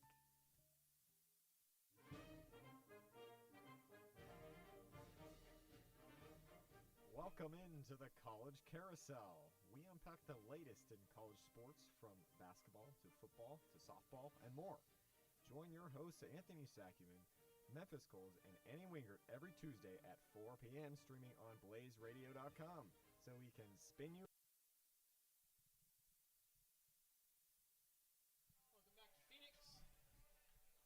ASU all over LMU, 20-3 the score, as Easton Barrett takes the mound for the Sun Devils in what very well may be the last half inning of the game. Swing and a miss evens the count at 1 to Jackson Wall, the shortstop. Wall 2 for 3 today, 481 average on the year. Been LMU's most dangerous hitter of the weekend by far. Yeah, he may keep his stats afloat, especially if he can get another hit here. That ball's hit up in the air, going to be foul over the LMU dugout. As that ball finds the seats. 1-2 the count. Barrett, the southpaw, was important for ASU last year. Had a really nice freshman season. Sophomore season hasn't been as kind to him with a 16.62 ERA so far, but this is a great opportunity to get some reps and kind of level yourself. Yeah, Barrett, the sophomore from Utah, started the year as the Sunday starter. That ball's grounded back towards the second baseman. Leach makes the play. 1 down in the 7th. Got to come in on that ball just a little bit, but no problem as he enters the game for his defensive inning of work. One away, One good down start now. for him. He had shaky outings against Omaha, opening weekend, and St. John's. Lasted inning and a third and 2 1/3, and then against A&M last week, only recorded an out, but struggled out of the bullpen last weekend, and they have to earn his stripes from the pen. As Barrett deals to Wadas, who swings and misses. First baseman is 1 for 3 today with a single. Zach Wadas had a home run on Friday. 5 home runs, only a 167 average though, so big power guy. As he hits that towards the shortstop, going to be a tough play.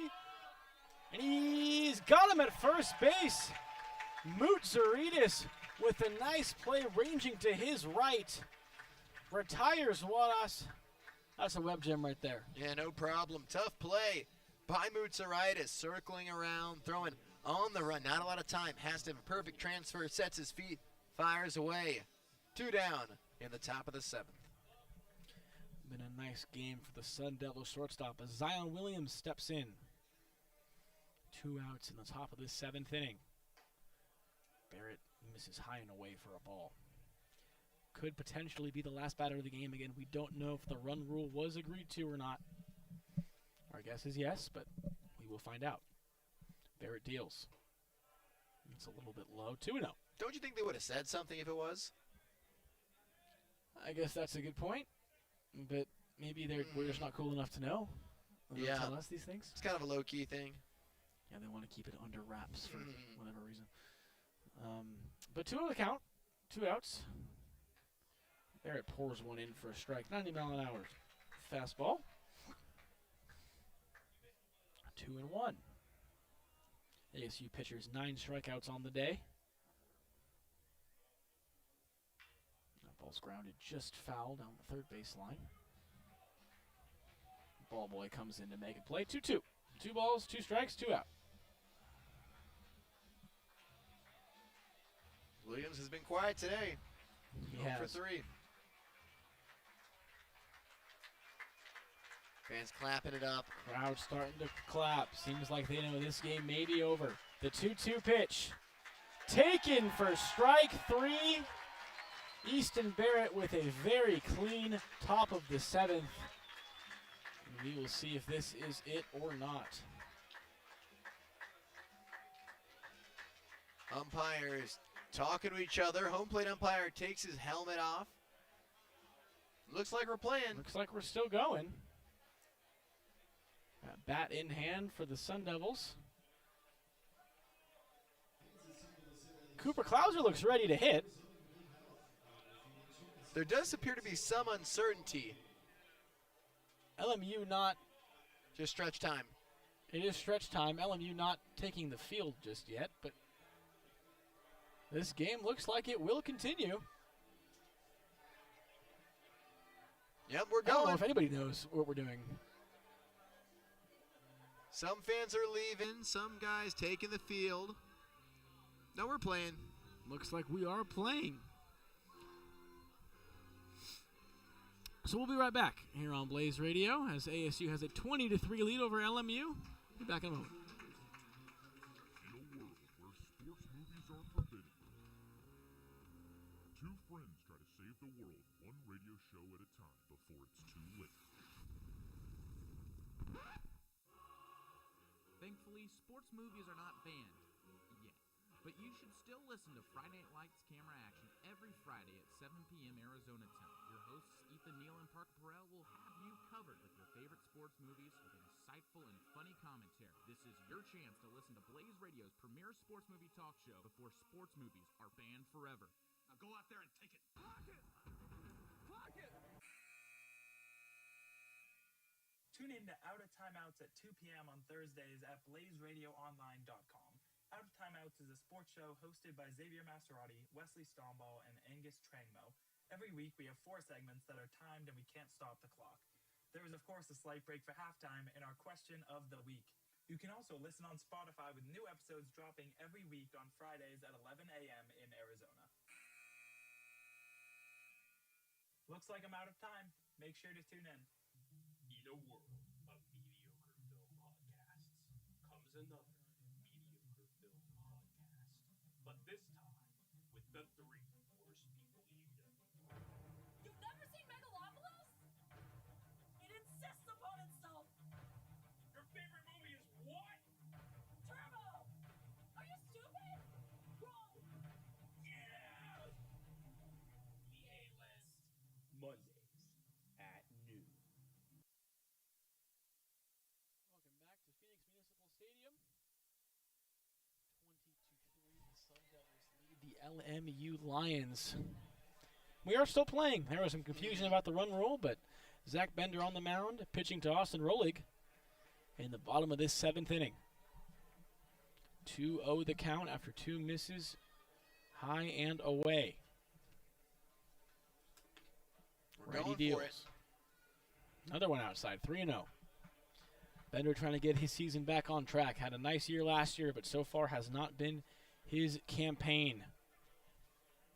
Got through that first inning. Rolig takes a strike, 3-1. Austin Rolig came in, one of the big stories of the game, New Contrades. A lot of stories, but New Contrades leaving the game in the first inning with what appeared to be a leg injury.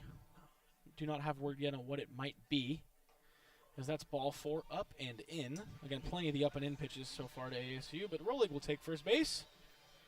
Yeah, sweeps are fun and all, but you got a potential All-American candidate, draft-worthy player at second base, and he went down for a guy who, let's call a spade, has been injury-prone over the past couple years. You are holding your breath until you get infinite details.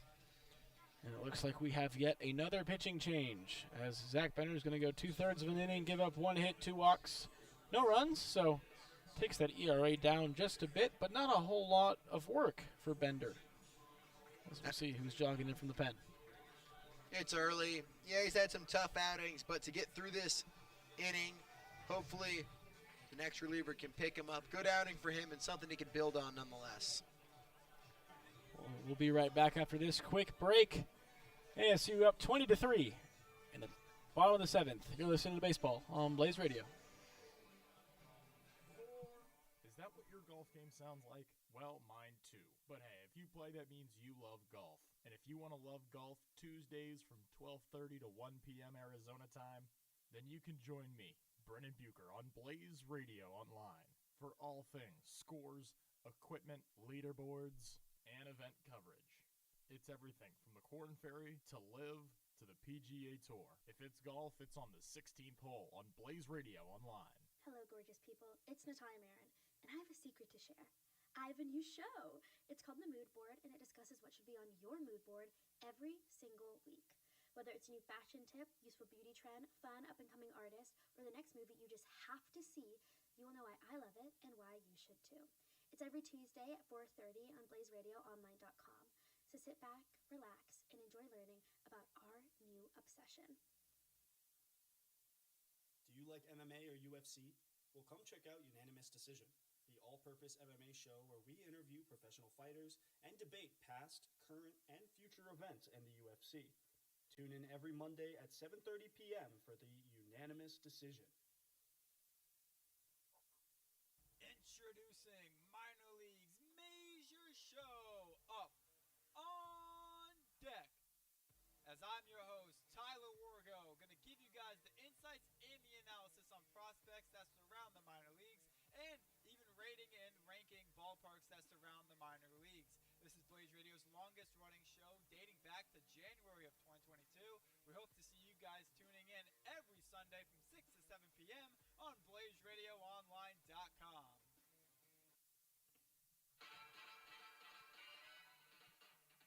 Welcome back to Anime Only, the only anime podcast in the West. It's your one-stop.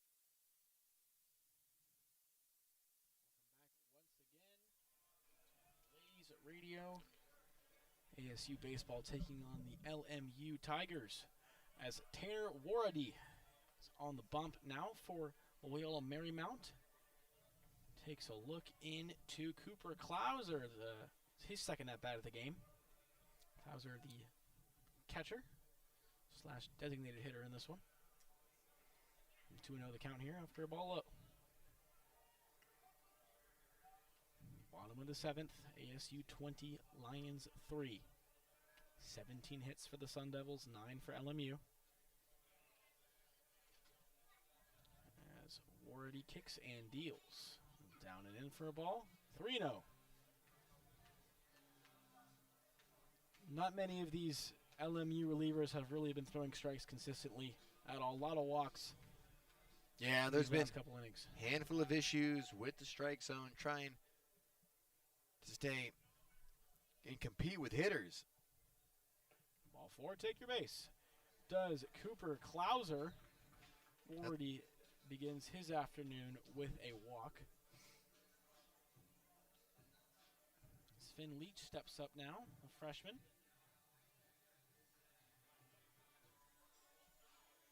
He scored last inning. Sun Devils had 5 in the first, 4 in the third, 8 in the fourth, 2 in the sixth, and 1 in the seventh.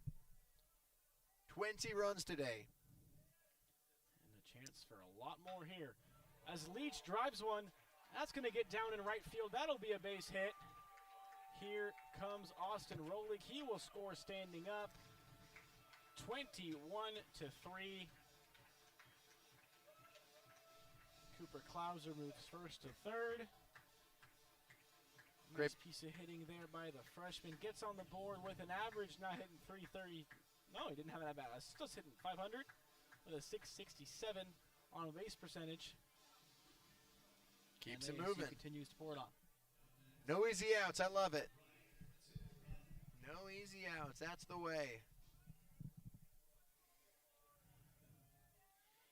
Ryan Dara steps to the plate. Struck out his last time out. Last inning. First and third, nobody out. Takes one inside for a ball.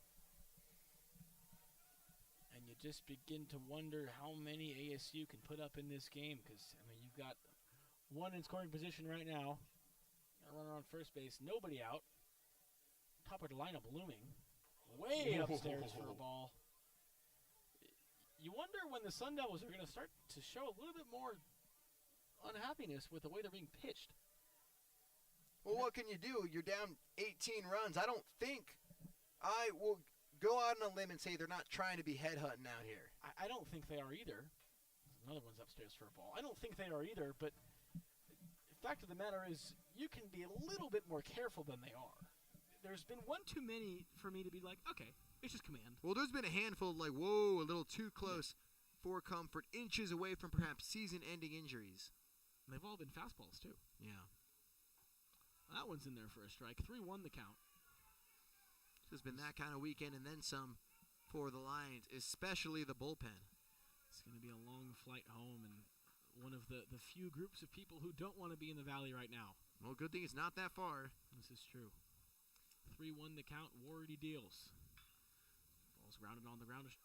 Third. Going to be a tough play for the third baseman, and he's going to beat it out. Ryan Darr with an infield single to third base brings home Cooper Klauser. 22nd run of the game for ASU and keeps the line moving. First and second, nobody out. Wardy, the senior from Southern California, Trabuco Canyon native. His brother played football at Wyoming, an athletic family. Now in his third season at LMU. Wardy doesn't like that. Baseball trades it in for another one. Here's the catcher, Nikolai Cohen. For Cohen Nikolai. You know, it mixes me up because Nikolai sounds more like a first name and Cohen sounds more like a last name. I'm going to have it eventually. Cohen Nikolai at the plate. Great day for him. Home run, single, hit by pitch. 2 for 4 so far in the game overall. It doesn't matter. That guy is hitting today. He's hitting. I don't think he cares what I call him. He's raking. Down and away with the off-speed. Ball 1 to Nikolai. Raised his average up to 316 on the year. Another 300 hitter in this Sun Devil lineup. No big deal. 1-0 the count. The pitch. Swing and taps down towards the plate. That'll be foul. Evens the count at 1. ASU looking to add on. Guys who don't see the field every day, getting the most of their opportunities. Runs in every inning but the second for ASU as we are in the bottom of the 7th. 1-1 pitch is on the way as Wardy takes a look back second and throws. This is just outside for a ball. 2-1. He faked me out. He looked like he was ready to go. Slight breeze here at Phoenix Municipal Stadium. Low 80s. It's a beautiful Sunday afternoon, and ASU making the most of it here. 2-1 the count to Nikolai. That's a strike on the inside corner. He shakes his head no. I didn't think it was one either, but I know Florida is spring training too. Do you think with spring training and then you got the Sun Devils, Grand Canyon, do you think the Valley gives itself a case for the baseball capital, at least of America in the spring? Oh, absolutely. And another plunk. Nikolai takes one off the back. That one at least was an off-speed pitch.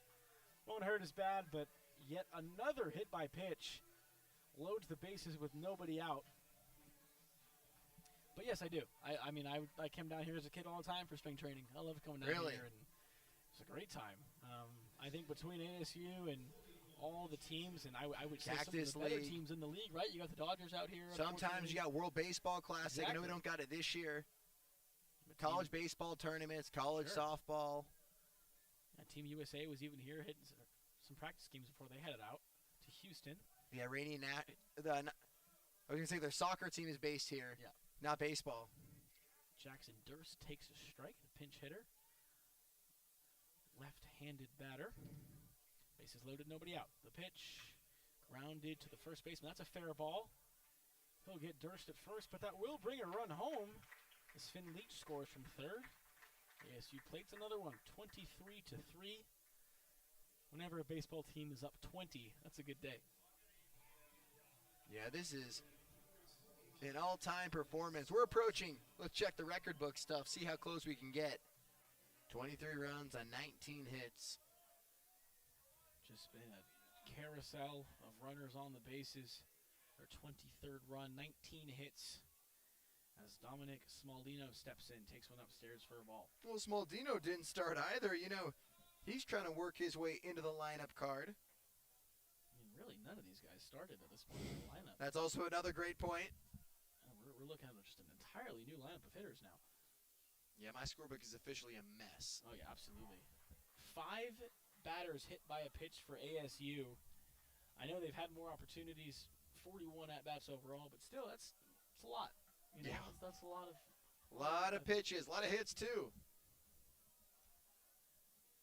I'm sure the SID, Jeremy Hawks, will have some sort of has to be close to an all-time day. Yeah. 41 official appearances, that is not plate appearances, that's at-bats. That's not including the hit by pitches, but or the walks, in which they have 8. Are you looking at it right now? Yeah, so 13 free passes overall for the Sun Devils, and that's a good way to win games. They've made them pay, 3-0 here. One in there for a strike. Does Wardy. I don't blame him. Smaldino took his hands off the bat before that pitch even crossed.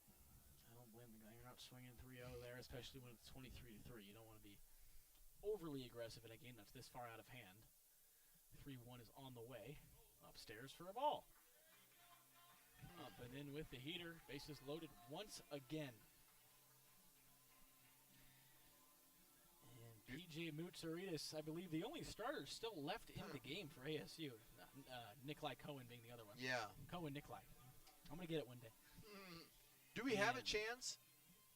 Would it be the third time? If they're able to go around here, which with one out, very possible. Very possible. Would that be the third time? I know we've done it for sure twice. We went all the way around. I believe this would be the third time. In the third and the fourth inning. They sent 8. No, third, fourth, and fifth. No, hold on. Now I'm getting confused. Definitely the third and the fourth. No, not quite in the fifth. And then in the sixth, they sent 7. So, yeah, a lot of Sun Devils have come to the plate. Yeah, my goodness. I mean, again, only one inning without a run scored. But we got a pitching change here in Phoenix. We will be right back in a moment to see how many more ASU can scrap across. You're listening to Blaze Radio.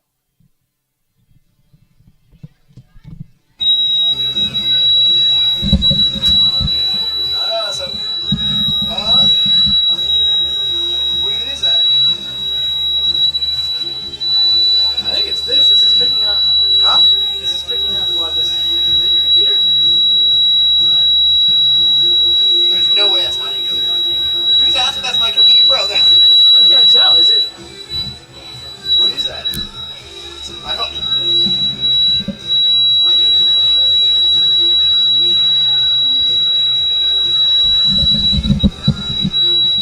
Who's pitching, bro?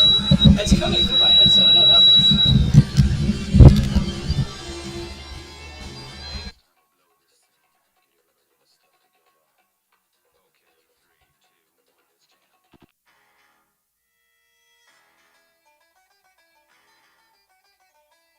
Grab your mates and join us for the finest sports show on Blaze Radio, The Irish Hello. With the wisdom of the Irish duo, you'll have the knowledge of old pals at the pub, sharing each and every moment. Join Aidan O'Neill and Shay Maloney every Tuesday night from 8 to 9 for breakdowns of sports news across the world as a pot of gold awaits. If you're happy on a Sunday, tune into The Jay Foo Show. If you're happy on a Sunday, tune into The Jay Foo Show. If you're happy on a Sunday and you want to crush the day and or the week ahead, tune into The Jay Foo Show. That's right, I'm Jack Footer, a.k.a. Jay Foo, back with you Sunday morning from 10 to 11 a.m. for another awesome semester of The Jay Foo Show. So tune in and you will say it's the best time you've had all week.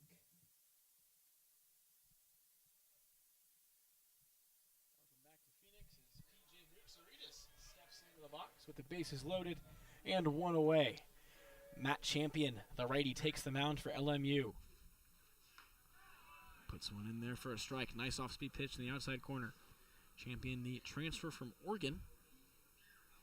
Not a whole lot of work so far this year. 7 1/3 innings, 10 hits, 6 earned, but nice opportunity in this one. The pitch.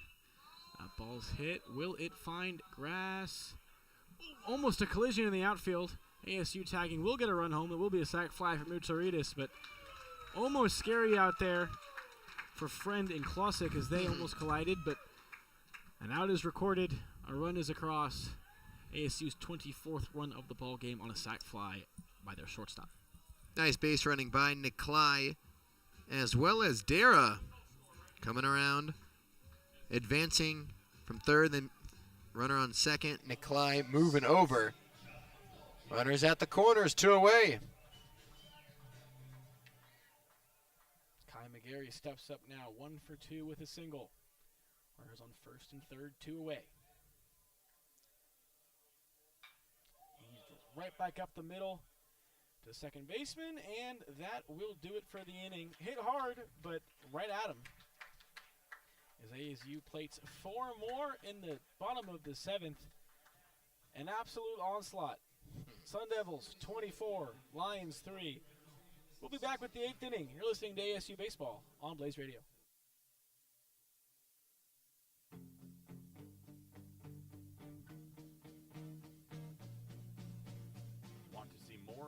Radio? Follow us on Instagram, X, TikTok, and Facebook by searching for @BlazeRadioASU, where you'll find high-caliber student-produced content.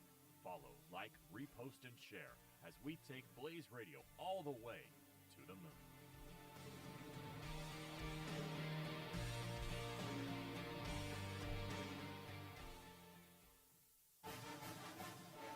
Folks of Sun Devils, join me, Chris Town, as I scour the entirety of ASU to find the heroes who do it all. The unsung who brave the challenges to make our university at the top. Let's bring the spotlight to those who do the most and see how they do it all.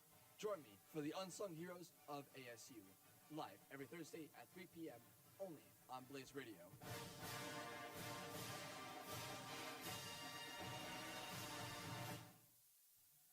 This isn't just talk, it's football unleashed. Join AJ Gonzalez, Sebastian Fryer, and Trevor Cox as they break down the biggest hits, the boldest plays, and they have the takes that will shake the gridiron. I still think the Ohio State Buckeyes are winning a national championship. Think this Broncos team can make the wild card. I think Emeka Ibuka can reach Amon-Ra St. Brown Heights. This is 3 for 60. It's every Tuesday from 3 to 4 o'clock with AJ Gonzalez, Sebastian Fryer, and Trevor Cox. Only on the world famous Blaze Radio. I'm not a man of many words, so let's keep this short. First things first, I have a show. What type of show? A radio show. What do I do on this said radio show? Simple. I play music. What kind of music? I play whatever. That's kind of my whole thing. Oh, what time are you on? I usually play late nights on Wednesdays. Like I said, it's kind of my whole thing. But why Wednesdays? I don't know. It was pretty convenient for my time. When do you... You know what? Forget this. Just listen to my show. Whatever FM After Hours, I play every Wednesday night at 9:30 on Blaze.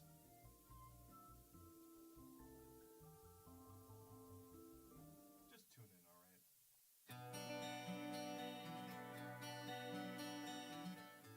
Blaze Radio needs your support. If you want to donate to help Blaze Radio, go to blazeradioonline.com and click on the orange box in the top left-hand corner that says Support Blaze Radio, and make a donation today to help ASU student radio station reach the next level.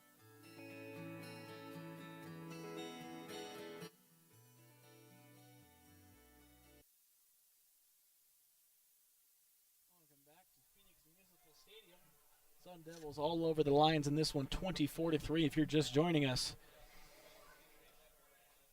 Brady Lauk, the lefty junior, on the mound for ASU.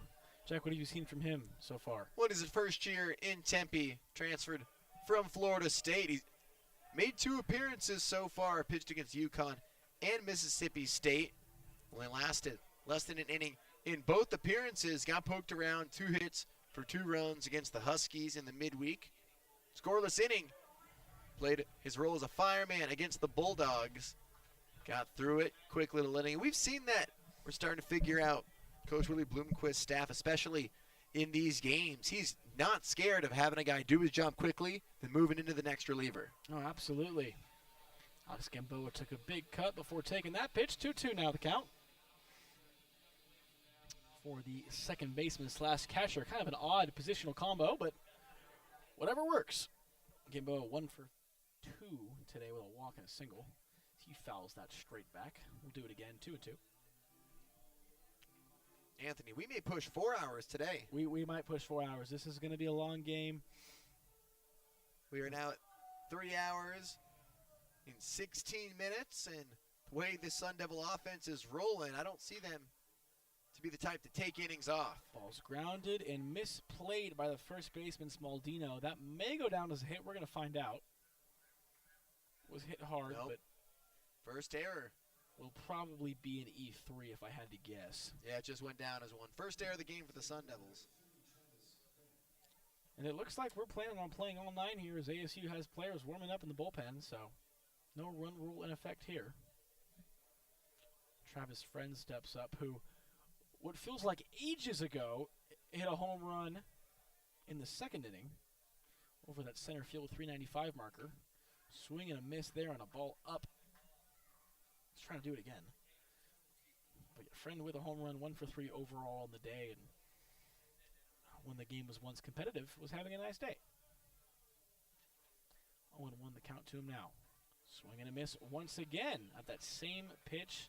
Little up, and this is a pretty middle heater. Well, 0-2 even now. then, the Sun Devils were on the throats of the Lions. They're 5-1 after the first inning. Swing and a miss again. Chase the pitch Lauk up. goes to the same pitch 3 times in a row, and Friend swings through all 3 of them.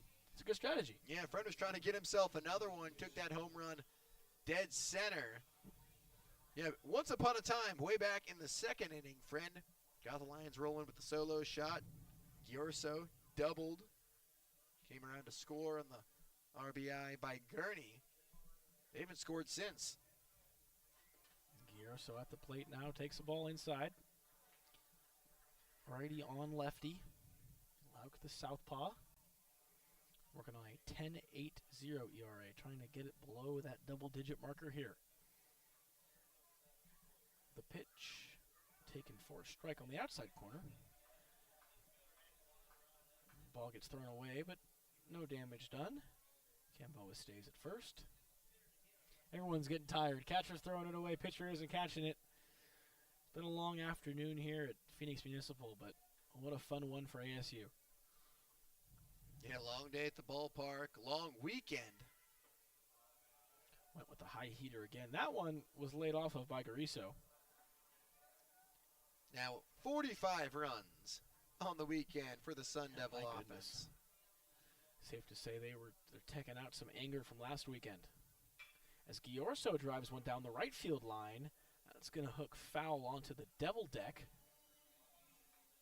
Bounces behind the right fielder. That's Dara. Is it Leach or Dara out there? That is Dara. Leach is at second. Moved him over. Again, pretty much all pinch hitters and substitutions here for the ASU lineup. So that ball's grounded right back. Again, found that a 5-6 hole once again between the third baseman and shortstop. That's like the third or fourth time that's happened. But LMU with a couple of base runners on here. First and second, one out. Well, credit to the Lions. You know, it'd be very easy to roll over down 24-3. And remember, the Lions, they have a game this week. They'll take on Cal Baptist at home on Tuesday. So do the Sun Devils, a rivalry game in the Territorial Cup from those guys just down south in Tucson. Pours a fastball in there for a strike. But you would not be able to tell. These Lions still grinding out ABs, and that's very commendable. Like we talked about, the end of a long weekend for both teams. Both teams getting some extra Sunday afternoon practice in as Wayne Gurney steps in. 2 for 3 so far from the 7th spot in the lineup. Nice little presence at the bottom, one near the bottom of the Lions lineup. 1-1 the count to him. He drives one into no man's land. Is that going to fall? Yes, it is. It will fall in right field for a base hit. I'll load the bases now. Not hit hard enough to get down the line and allow anybody to score. Gamboa stops at third. LMU with a little bit of a threat. Bases loaded. Trying to cut the deficit to below 20. Which, I feel like I'm calling basketball. But this is baseball.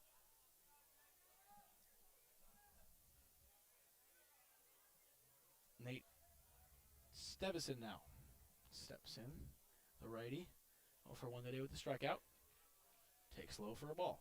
Reminiscent of that top of the 9th inning on Friday night, the Lions loaded up the bases, and it was actually Travis Friend who had the bloop single, drove in a run. It ended up jump-starting his weekend. Now ball's line just fouled on the left field line. But we talked about it earlier in their inning. They're not going to lie down. These Lions, they keep fighting. No, they're going to do everything they can. Again, these are important reps for some of these guys, trying to cement themselves as mainstays in their lineup. 1-1 is on the way. It's low in the dirt for a ball. Nice block there by the catcher, Cohen. Nope, Nikolai. Next time. Next time. Well, that is his name. I don't have it right. Nice frame job by Nikolai there. Yep, there it is. For his strikes, 2-2 now. Oh, I had to force one in there. 2-2 with a strike on the outside corner. Base is loaded for the Lions. One away here in the top of the 8th. Takes that one, and the count runs full. 3-2.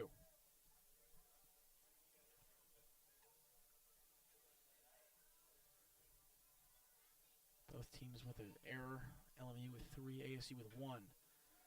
Fouls that away. We will do it again. Only run out here, so one out. So runners are not on the move just yet. But 30 hits combined in this game. 19 for ASU, 11 for LMU. And, I mean, my goodness, has the offense been the story so far. That ball's hit into medium deep center field. Should be deep enough to plate a run as Gamboa will tag from third. Oh.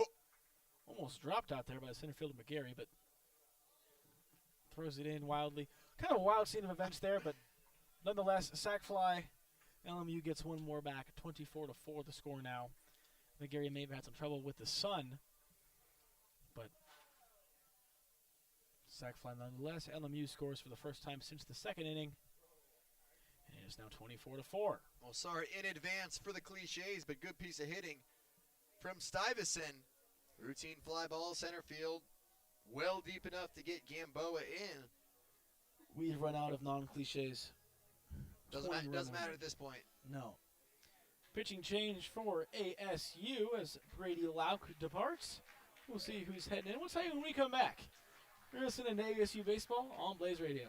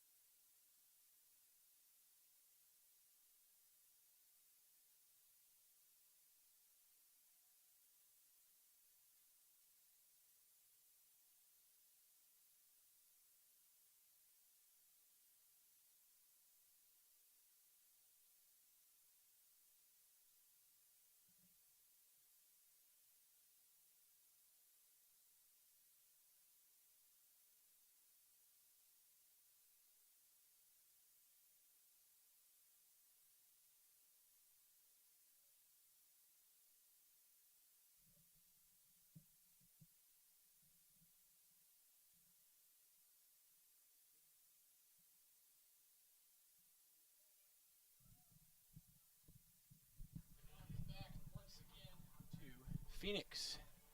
ASU LMU baseball on Blaze Radio. ASU holding a 24-4 lead over the Lions. As Colby Guy is now the pitcher for Arizona State. Jack, what do you know on Colby? Colby Guy, like most guys on this roster, he's been a journeyman in the college game, spent time at UNC Asheville and Jackson State. 2025 Big South preseason pitcher of the year last season. But now fifth-year guy, veteran, making his fourth appearance on the year. Only 3 1/3 innings of work so far. Struggled in his first outing against UConn, gave up 3 hits to the Huskies. My goodness, did he just blow away Richie Klosek? We didn't have much time to talk about any of that at bat before it was over. Colby Guy, 3 pitches, 3 strikes, and 1 out, and gets out of the the top of the 8th. LMU scores once, cuts the deficit to 20. 24-4, Sun Devils. We'll be right back on Blaze Radio. I'm running out of.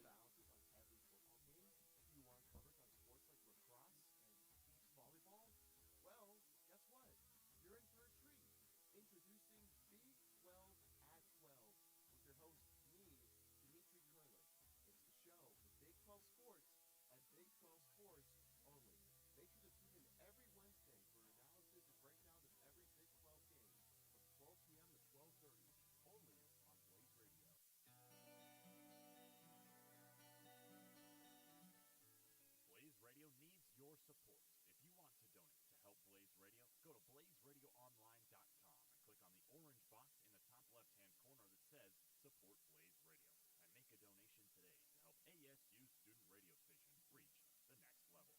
Welcome back to Anime Only, the only anime podcast in the West. It's your one-stop shop for manga and anime discussion.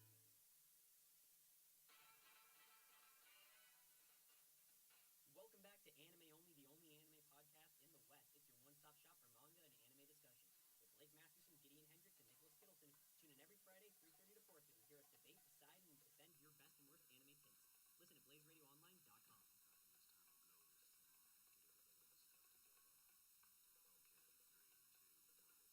In a world where sports movies are forbidden, 2 friends try to save the world one radio show at a time before it's too late. Thankfully, sports movies are not banned yet, but you should still listen to Friday Night Lights Camera Action every Friday at 7 p.m. Arizona time. Your hosts, Ethan Neal and Park Terrell, will have you covered with your favorite sports movies with an insightful and funny commentary. This is your chance to listen to Blaze Radio's premier sports movie talk show before sports movies. We are back from Valley. ASU baseball. I'm running out of ways to say the intro. We've been here for so long, approaching 4 hours now, as Austin Rolig hits one, and that's going to be a base hit off the glove of the second baseman, DJ Gariso, and he's digging for 2, and he's going to make it. Oh, yeah. Slides into second. I looked down for just a second, and Austin Rolig was gone. Hustle double, hard 90. As soon as he hit that out of the box, off the ricochet, he was thinking too. You can't help but love that. With a 20-run lead, bottom of the 8th inning. You love to see He's that. still pushing it, Oh, still absolutely. ripping it. From a guy who, again, came in from New Contradas after he got injured, making the most of his opportunity here in the lineup. My goodness, what a game from him so far. 4 for 4. As Cooper Klauser steps in for his 3rd at-bat. Pinch hitting for, it's been so long, I don't even remember who started in that spot. Michelle. Garrett Michelle did, yes, that is correct. Yeah, it's been so long, ASU's had so many pinch hitters, hard to keep track. As he grounds one to second base, that's going to get by into right field, and that'll bring home another run. Klauser stops at first, back-to-back off the glove of the second baseman. No play, really. I'm surprised he even got to that ball at all. Bounces into right field, ASU plates another one. Yeah, even though Gamboa was playing closer to first base, that's a tough play. Deep in the hole at second. He went backwards into shallow right field to give himself some extra time, but even then, just off the edge of his glove. He gave everything he had, just off the tip. You said not much you can do there. That's another RBI. First to his right, now to his left. Showing off the range, but unable to make either of the plays as Finn Leach steps back in for his 3rd at-bat of the game. He's 1 for 1 with a single and a walk. 2 runs scored. Even the guys that came in late, making big impacts. He's just a bit late on that heater, fouls it off down the left field line. As this game moves. Errant throw back to the pitcher. Feels like the past couple innings, we've seen the wheels fall off, the fundamentals. Playing catch slip by the wayside just a little bit. Everybody's tired. It's just been, again, we're approaching 4 hours on this game. The pitch is down in the dirt for a ball. 1-2 the count. Travel day, end of a long weekend. Long for both teams. Yeah, no, these teams, they're tired. I get it. It's been a long weekend. They played last night, played again this afternoon, and these weekends drag on sometimes. Ball's grounded. Is that going to get through again? Oh, makes the play, but it's not going to matter. They are just peppering the second baseman, DJ Giorso. Another hit. That one he made the play on, but could not get it to the first baseman in time. It'll be another knock, but my goodness, is he getting all the action? Yeah, that is tough. Gosh, it seems like they just know where to hit it. Just hit them where they ain't, or even hit them where they are, but hit it slow enough to where it That's a doesn't matter. tough play. Oh, gosh. Giorso getting spread around at second. Ryan Dara now takes a strike. ASU, they've had their fair share of hard contact home runs, but also done a great job of hitting them where there aren't and hitting it soft enough to where they can reach a team with a ton of speed, making it known. That ball's grounded foul down the third base line. 25-4 your score, 33 combined hits for the game. My goodness, ASU just continues to put runs on the board.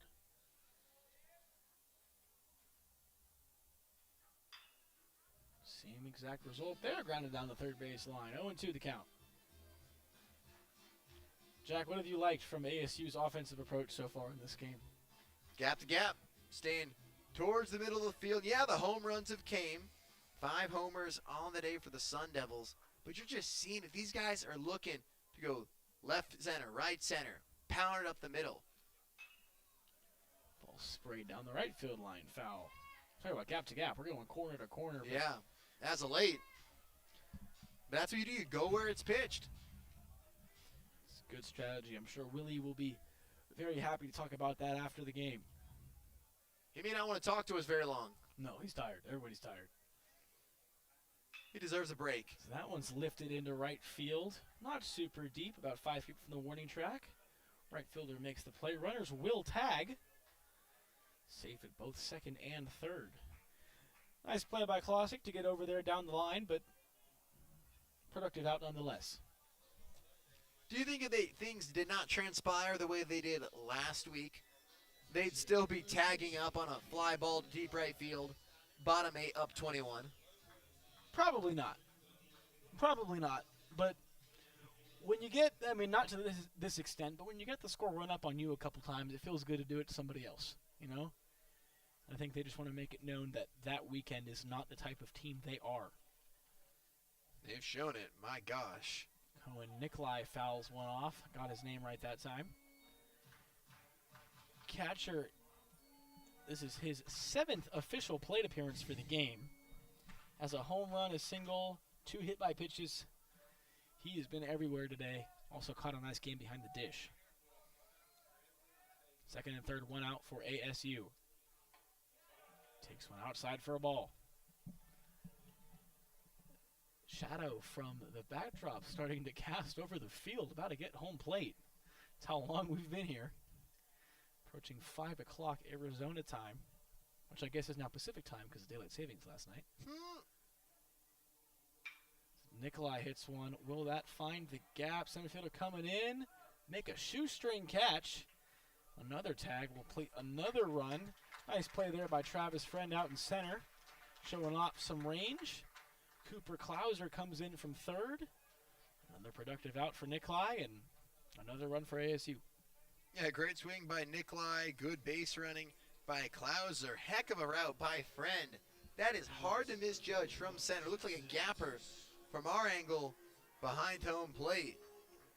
We'll take it. For a second, I thought that was going to find grass, but the speedy center fielder makes the play. Jackson Durst now stepping up. Runner on second, 2 away. We've now eclipsed 30 runs for the game combined. So takes one in the dirt for a ball.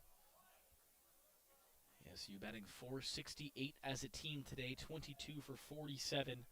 Only 5 strikeouts, 9 walks, and 9 extra base hits.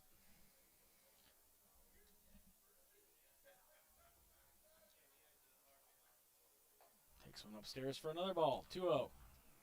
Champion did not like that pitch. Left it upstairs. Again, the Oregon transfer from California.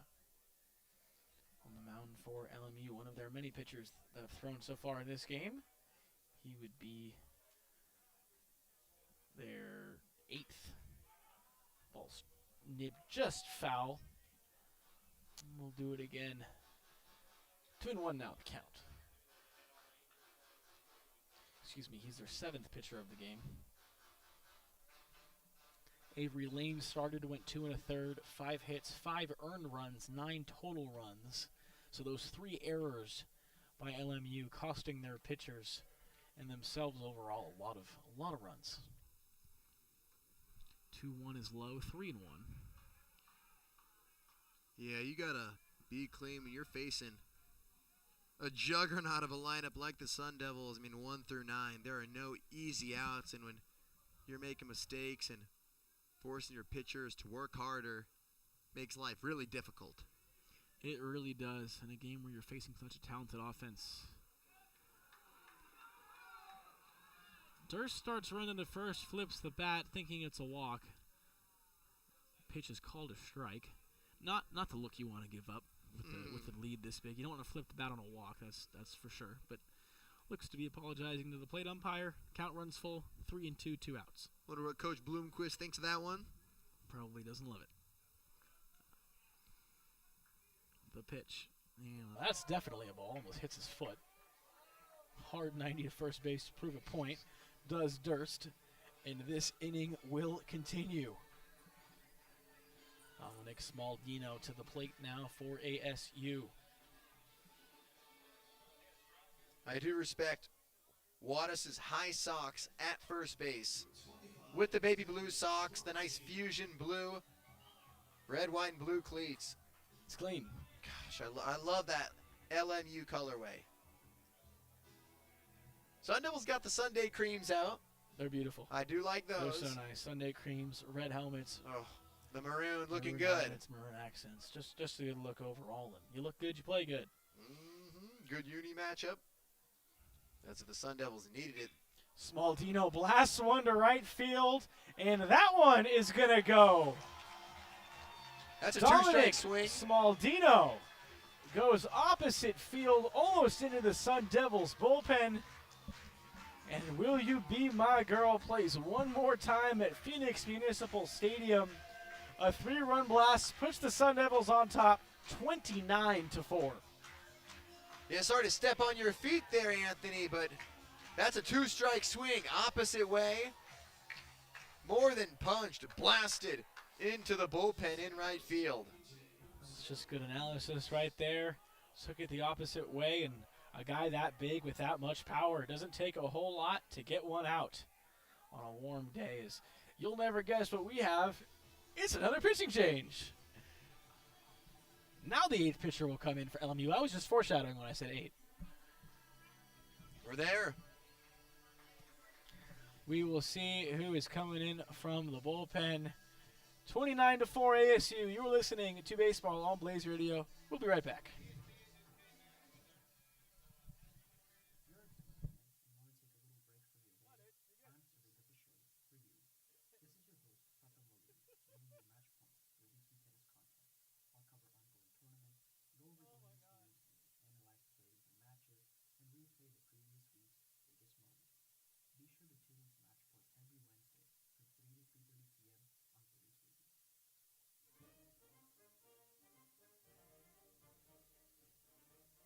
Welcome into the College Carousel. We unpack the latest in college sports from basketball to football to softball and more. Join your hosts Anthony Saccuman, Memphis Coles, and Annie Wingert every Tuesday at 4 p.m. streaming on blazeradio.com so we can spin you around the College Carousel. Are you busy on Fridays at 3 p.m.? Are you bored and looking for entertainment and a good laugh? Do you want to be educated on Black culture, topics, and college life? Well, tune into the Black Tech Podcast on blazeradioonline.com every Friday at 3 p.m.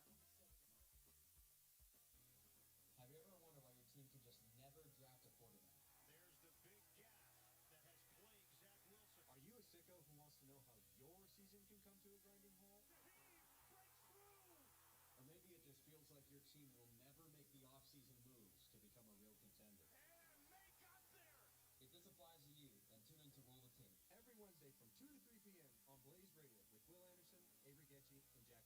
because it just feels better to know what you're watching the next time your team is losing.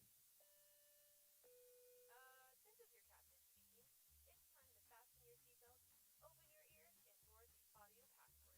Coming to you live every Monday from 7 to 8 p.m. on BlazeRadioOnline.com with your pilots, Noah Fuller and Stephanie Jones. Each flight will explore the sound and verbal reception of local musicians from a new destination. We hope you join us on this masterclass experience and choose the audio passport as your next airline. Safe travels and salutations. This isn't just talk, it's football unleashed. Join AJ Gonzalez, Sebastian Fryer, and Trevor Cox as they break down the biggest hits, the boldest plays, and they have the takes that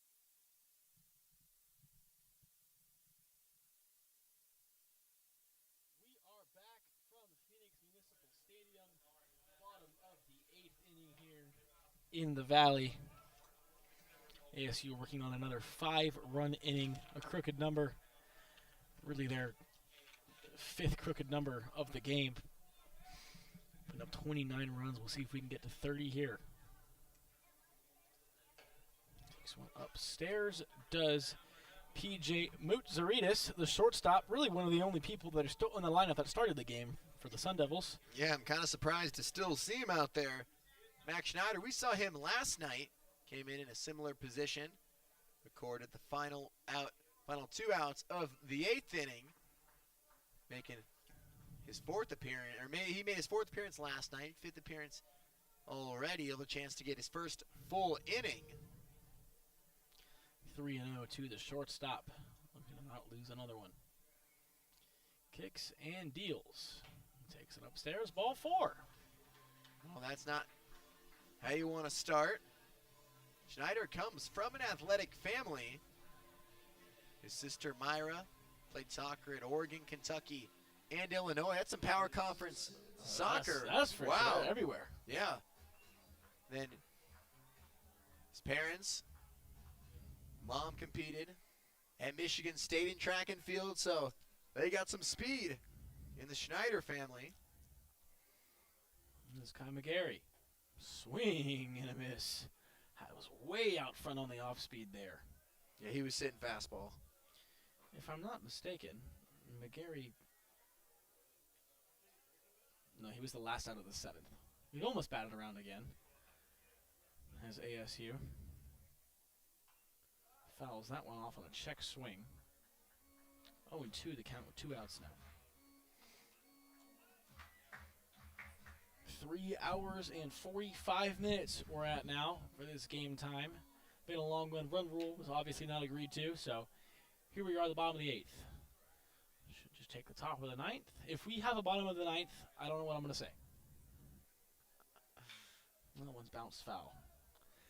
Yeah, if we have a bottom of the 9th, I don't know what Willie Bloomquist would. 6 o'clock. I don't know what Willie Bloomquist would have to say if we reached that. There would be no pressure. There would be, even if they won after the bottom of the 9th, there would be no pressure. ASU on top, 29-4. 23 hits, 29 runs. For the Sun Devils' sake, I hope that does not happen. For everybody's sake in this building. Swing and a foul. We'll do it again on the 0-2. Just barely caught a piece, did McGarry. On the flip side, that could be more than an all-time comeback. We're approaching generational at that point. But you got to get there first. That would be quite the inning to call if it were us to. 0-2 the count now. McGarry takes inside from Schneider.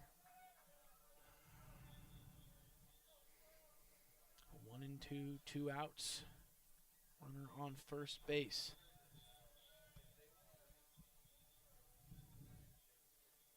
Schneider ready. Kicks and deals. Swing and a miss. Down goes Mutzaritis, and the 8th inning is finally over. ESQ scores 5 more times to bring their run total to 29. We will be back with the top of the 9th on Blaze Radio. This isn't just talk, it's football unleashed. Join AJ Gonzalez, They break down the biggest hits, the boldest plays, and they have the takes that will shake the gridiron. I still think the Ohio State Buckeyes are winning a national championship. Think this Broncos team can make the wild card. I think Emeka Ibuka can reach Amon-Ra St. Brown Heights. This is 3 for 60. It's every Tuesday from 3 to 4 o'clock with AJ Gonzalez, Sebastian Fryer, and Trevor Cox. Only on the world famous Blaze Radio.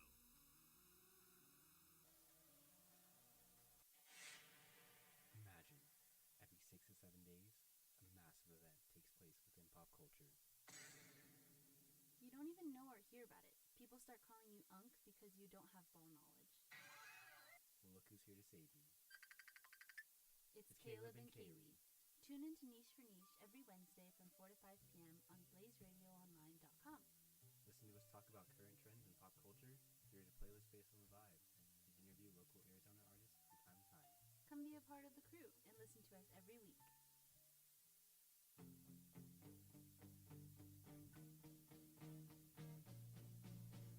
Want to see more of Blaze Radio? Follow us on Instagram, X, TikTok, and Facebook by searching for @BlazeRadioASU, where you'll find high-caliber student-produced content. Follow, like, repost, and share as we take Blaze Radio all the way to the moon.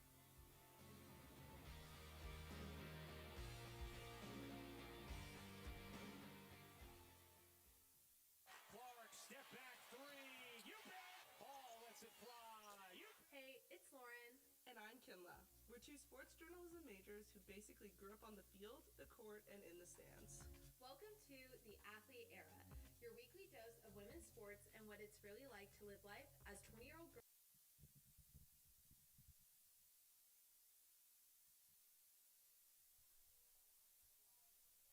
We are back here once again from the Muni in Phoenix as that one runs way from Colby Guy, ASU's pitcher, to Jackson Wall, LMU's leadoff batter, hitting .472 on the year. Top of the ninth, final frame. I guarantee you this is the final frame. ASU has opened up a 29-4 lead on the Loyola Marymount Lions, and this game has been over for quite a while now. Guy throws, swing and a miss from Wall, evens the count at 2. Sun Devils won't crack their all-time most runs in a game. They set that back in 2013. 32 runs in a 29-run victory over U of A. And I mentioned we don't like those guys down north, but able to. Not going to make it this time, but they have to be pretty darn close. There's not too many 29 pieces. I'm sure they'll be rather thrilled with 29. I know I would be if I were a Sun Devil right now. But, yeah, just a clinic from start to finish offensively. Only one inning where they didn't score. That was the second inning. Overall, just really good approach from start to finish. Ball's tapped to third base and will just hook foul. Would have been a tough play for Austin Rolig, so very lucky on the account of Guy that rolled foul. Yep, the chance for Guy to close this thing out. Tons of guys getting, that's not a pun, tons of guys getting. You're doing it on purpose at this point. Opportunities that they normally would not get in a game this lopsided. It's big for them, and clearly ASU has still responded to the challenge. Guy throws, that's grounded to third base. Nice jumping play there by Rolig, and he'll throw him out at first. Nice defensive play by Austin Rolig, who's having just a career day, filling in for New Contrades. Yeah, I'll say so. He'd have leaped to get that one. My guy's got hops at third base. One down now. Zach Wadas in, and Kobe Guy not getting the chance to finish it out as here comes Willie Bloomquist once again. Another pitching change. Guy departs. Can't tell who this is just yet, but when we come back, we'll let you know. You're listening to Baseball on Blaze Radio. We'll be right back. I'm not a man of many words, so let's keep this short. First things first, I have a show. What type of show? A radio show. What do I do on this said radio show? Simple. I play music. What kind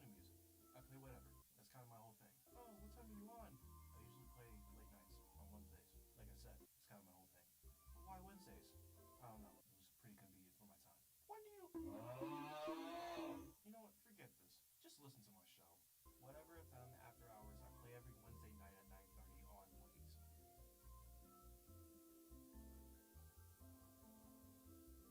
Just tune in, alright? Have you ever had deep conversations with your friends before? Like the ones that leave you learning something completely new that you never thought of before? Well, there's a show for that right here on Blaze Radio. On Let's Have a Conversation, host Rome Katie introduces you to a new guest each week and has fun yet real conversations with them. Whether it's sports, music, or pop culture, anything goes. So come kick your feet up and relax after a long week and tune in to BlazeRadioOnline.com every Friday from 4:30 to 5 p.m. Arizona time for an interesting conversation each week. That's BlazeRadioOnline.com.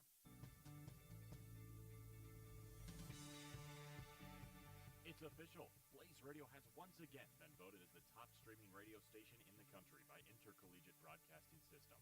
Blaze Radio continues to be the standard when it comes to college student radio and is honored to once again receive this incredible award.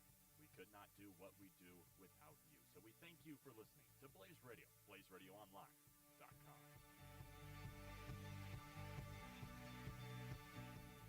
If you're happy on a Sunday, tune into The Jay Foo Show. If you're happy on a Sunday, tune into The Jay Foo Show. If you're happy on a Sunday and you want to crush the day and or the week ahead, tune into The Jay Foo Show.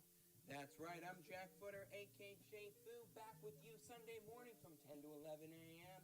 for another awesome semester of The Jay Foo Show. So tune in and you will say it's the best time you've had all week.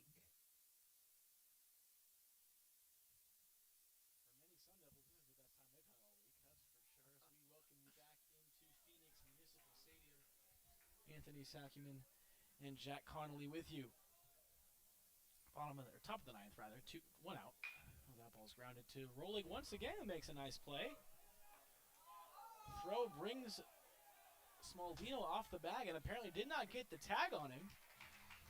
Well, that's going to be an E5. Looked for a second like he was going to tag him anyway as it brought him to his left into the base path, but no tag. Second airs of Oryx had this weekend.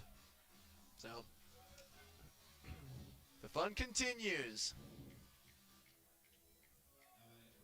No error? Oh, they said they got him. Oh, they did get him. Okay, I was about to say. Smaldino did apply the tag. 2 down now. Derek Schaefer in for ASU. Has not had any work this weekend. Yeah. But regardless, I'm a little surprised to see one of their better arms in the bullpen, probably their closer in this situation. Well, to me, sounds like they just want to get him in. They're expecting to use him against Arizona Tuesday. I know it hasn't been the start to the season the Wildcats expected, or they're going to need him next week against TCU. Big 12 play begins, and the ball's grounded to shortstop. This should do it. Picked cleanly by... And that's going to do it. Mutsarinas with the play. And that will end this one. 4 hours later, almost to the minute. ASU defeats LMU and completes the series sweep with a final score of 29-4. What an offensive performance from the Sun Devils. What were your takeaways, Jack? this team did what they were supposed to do.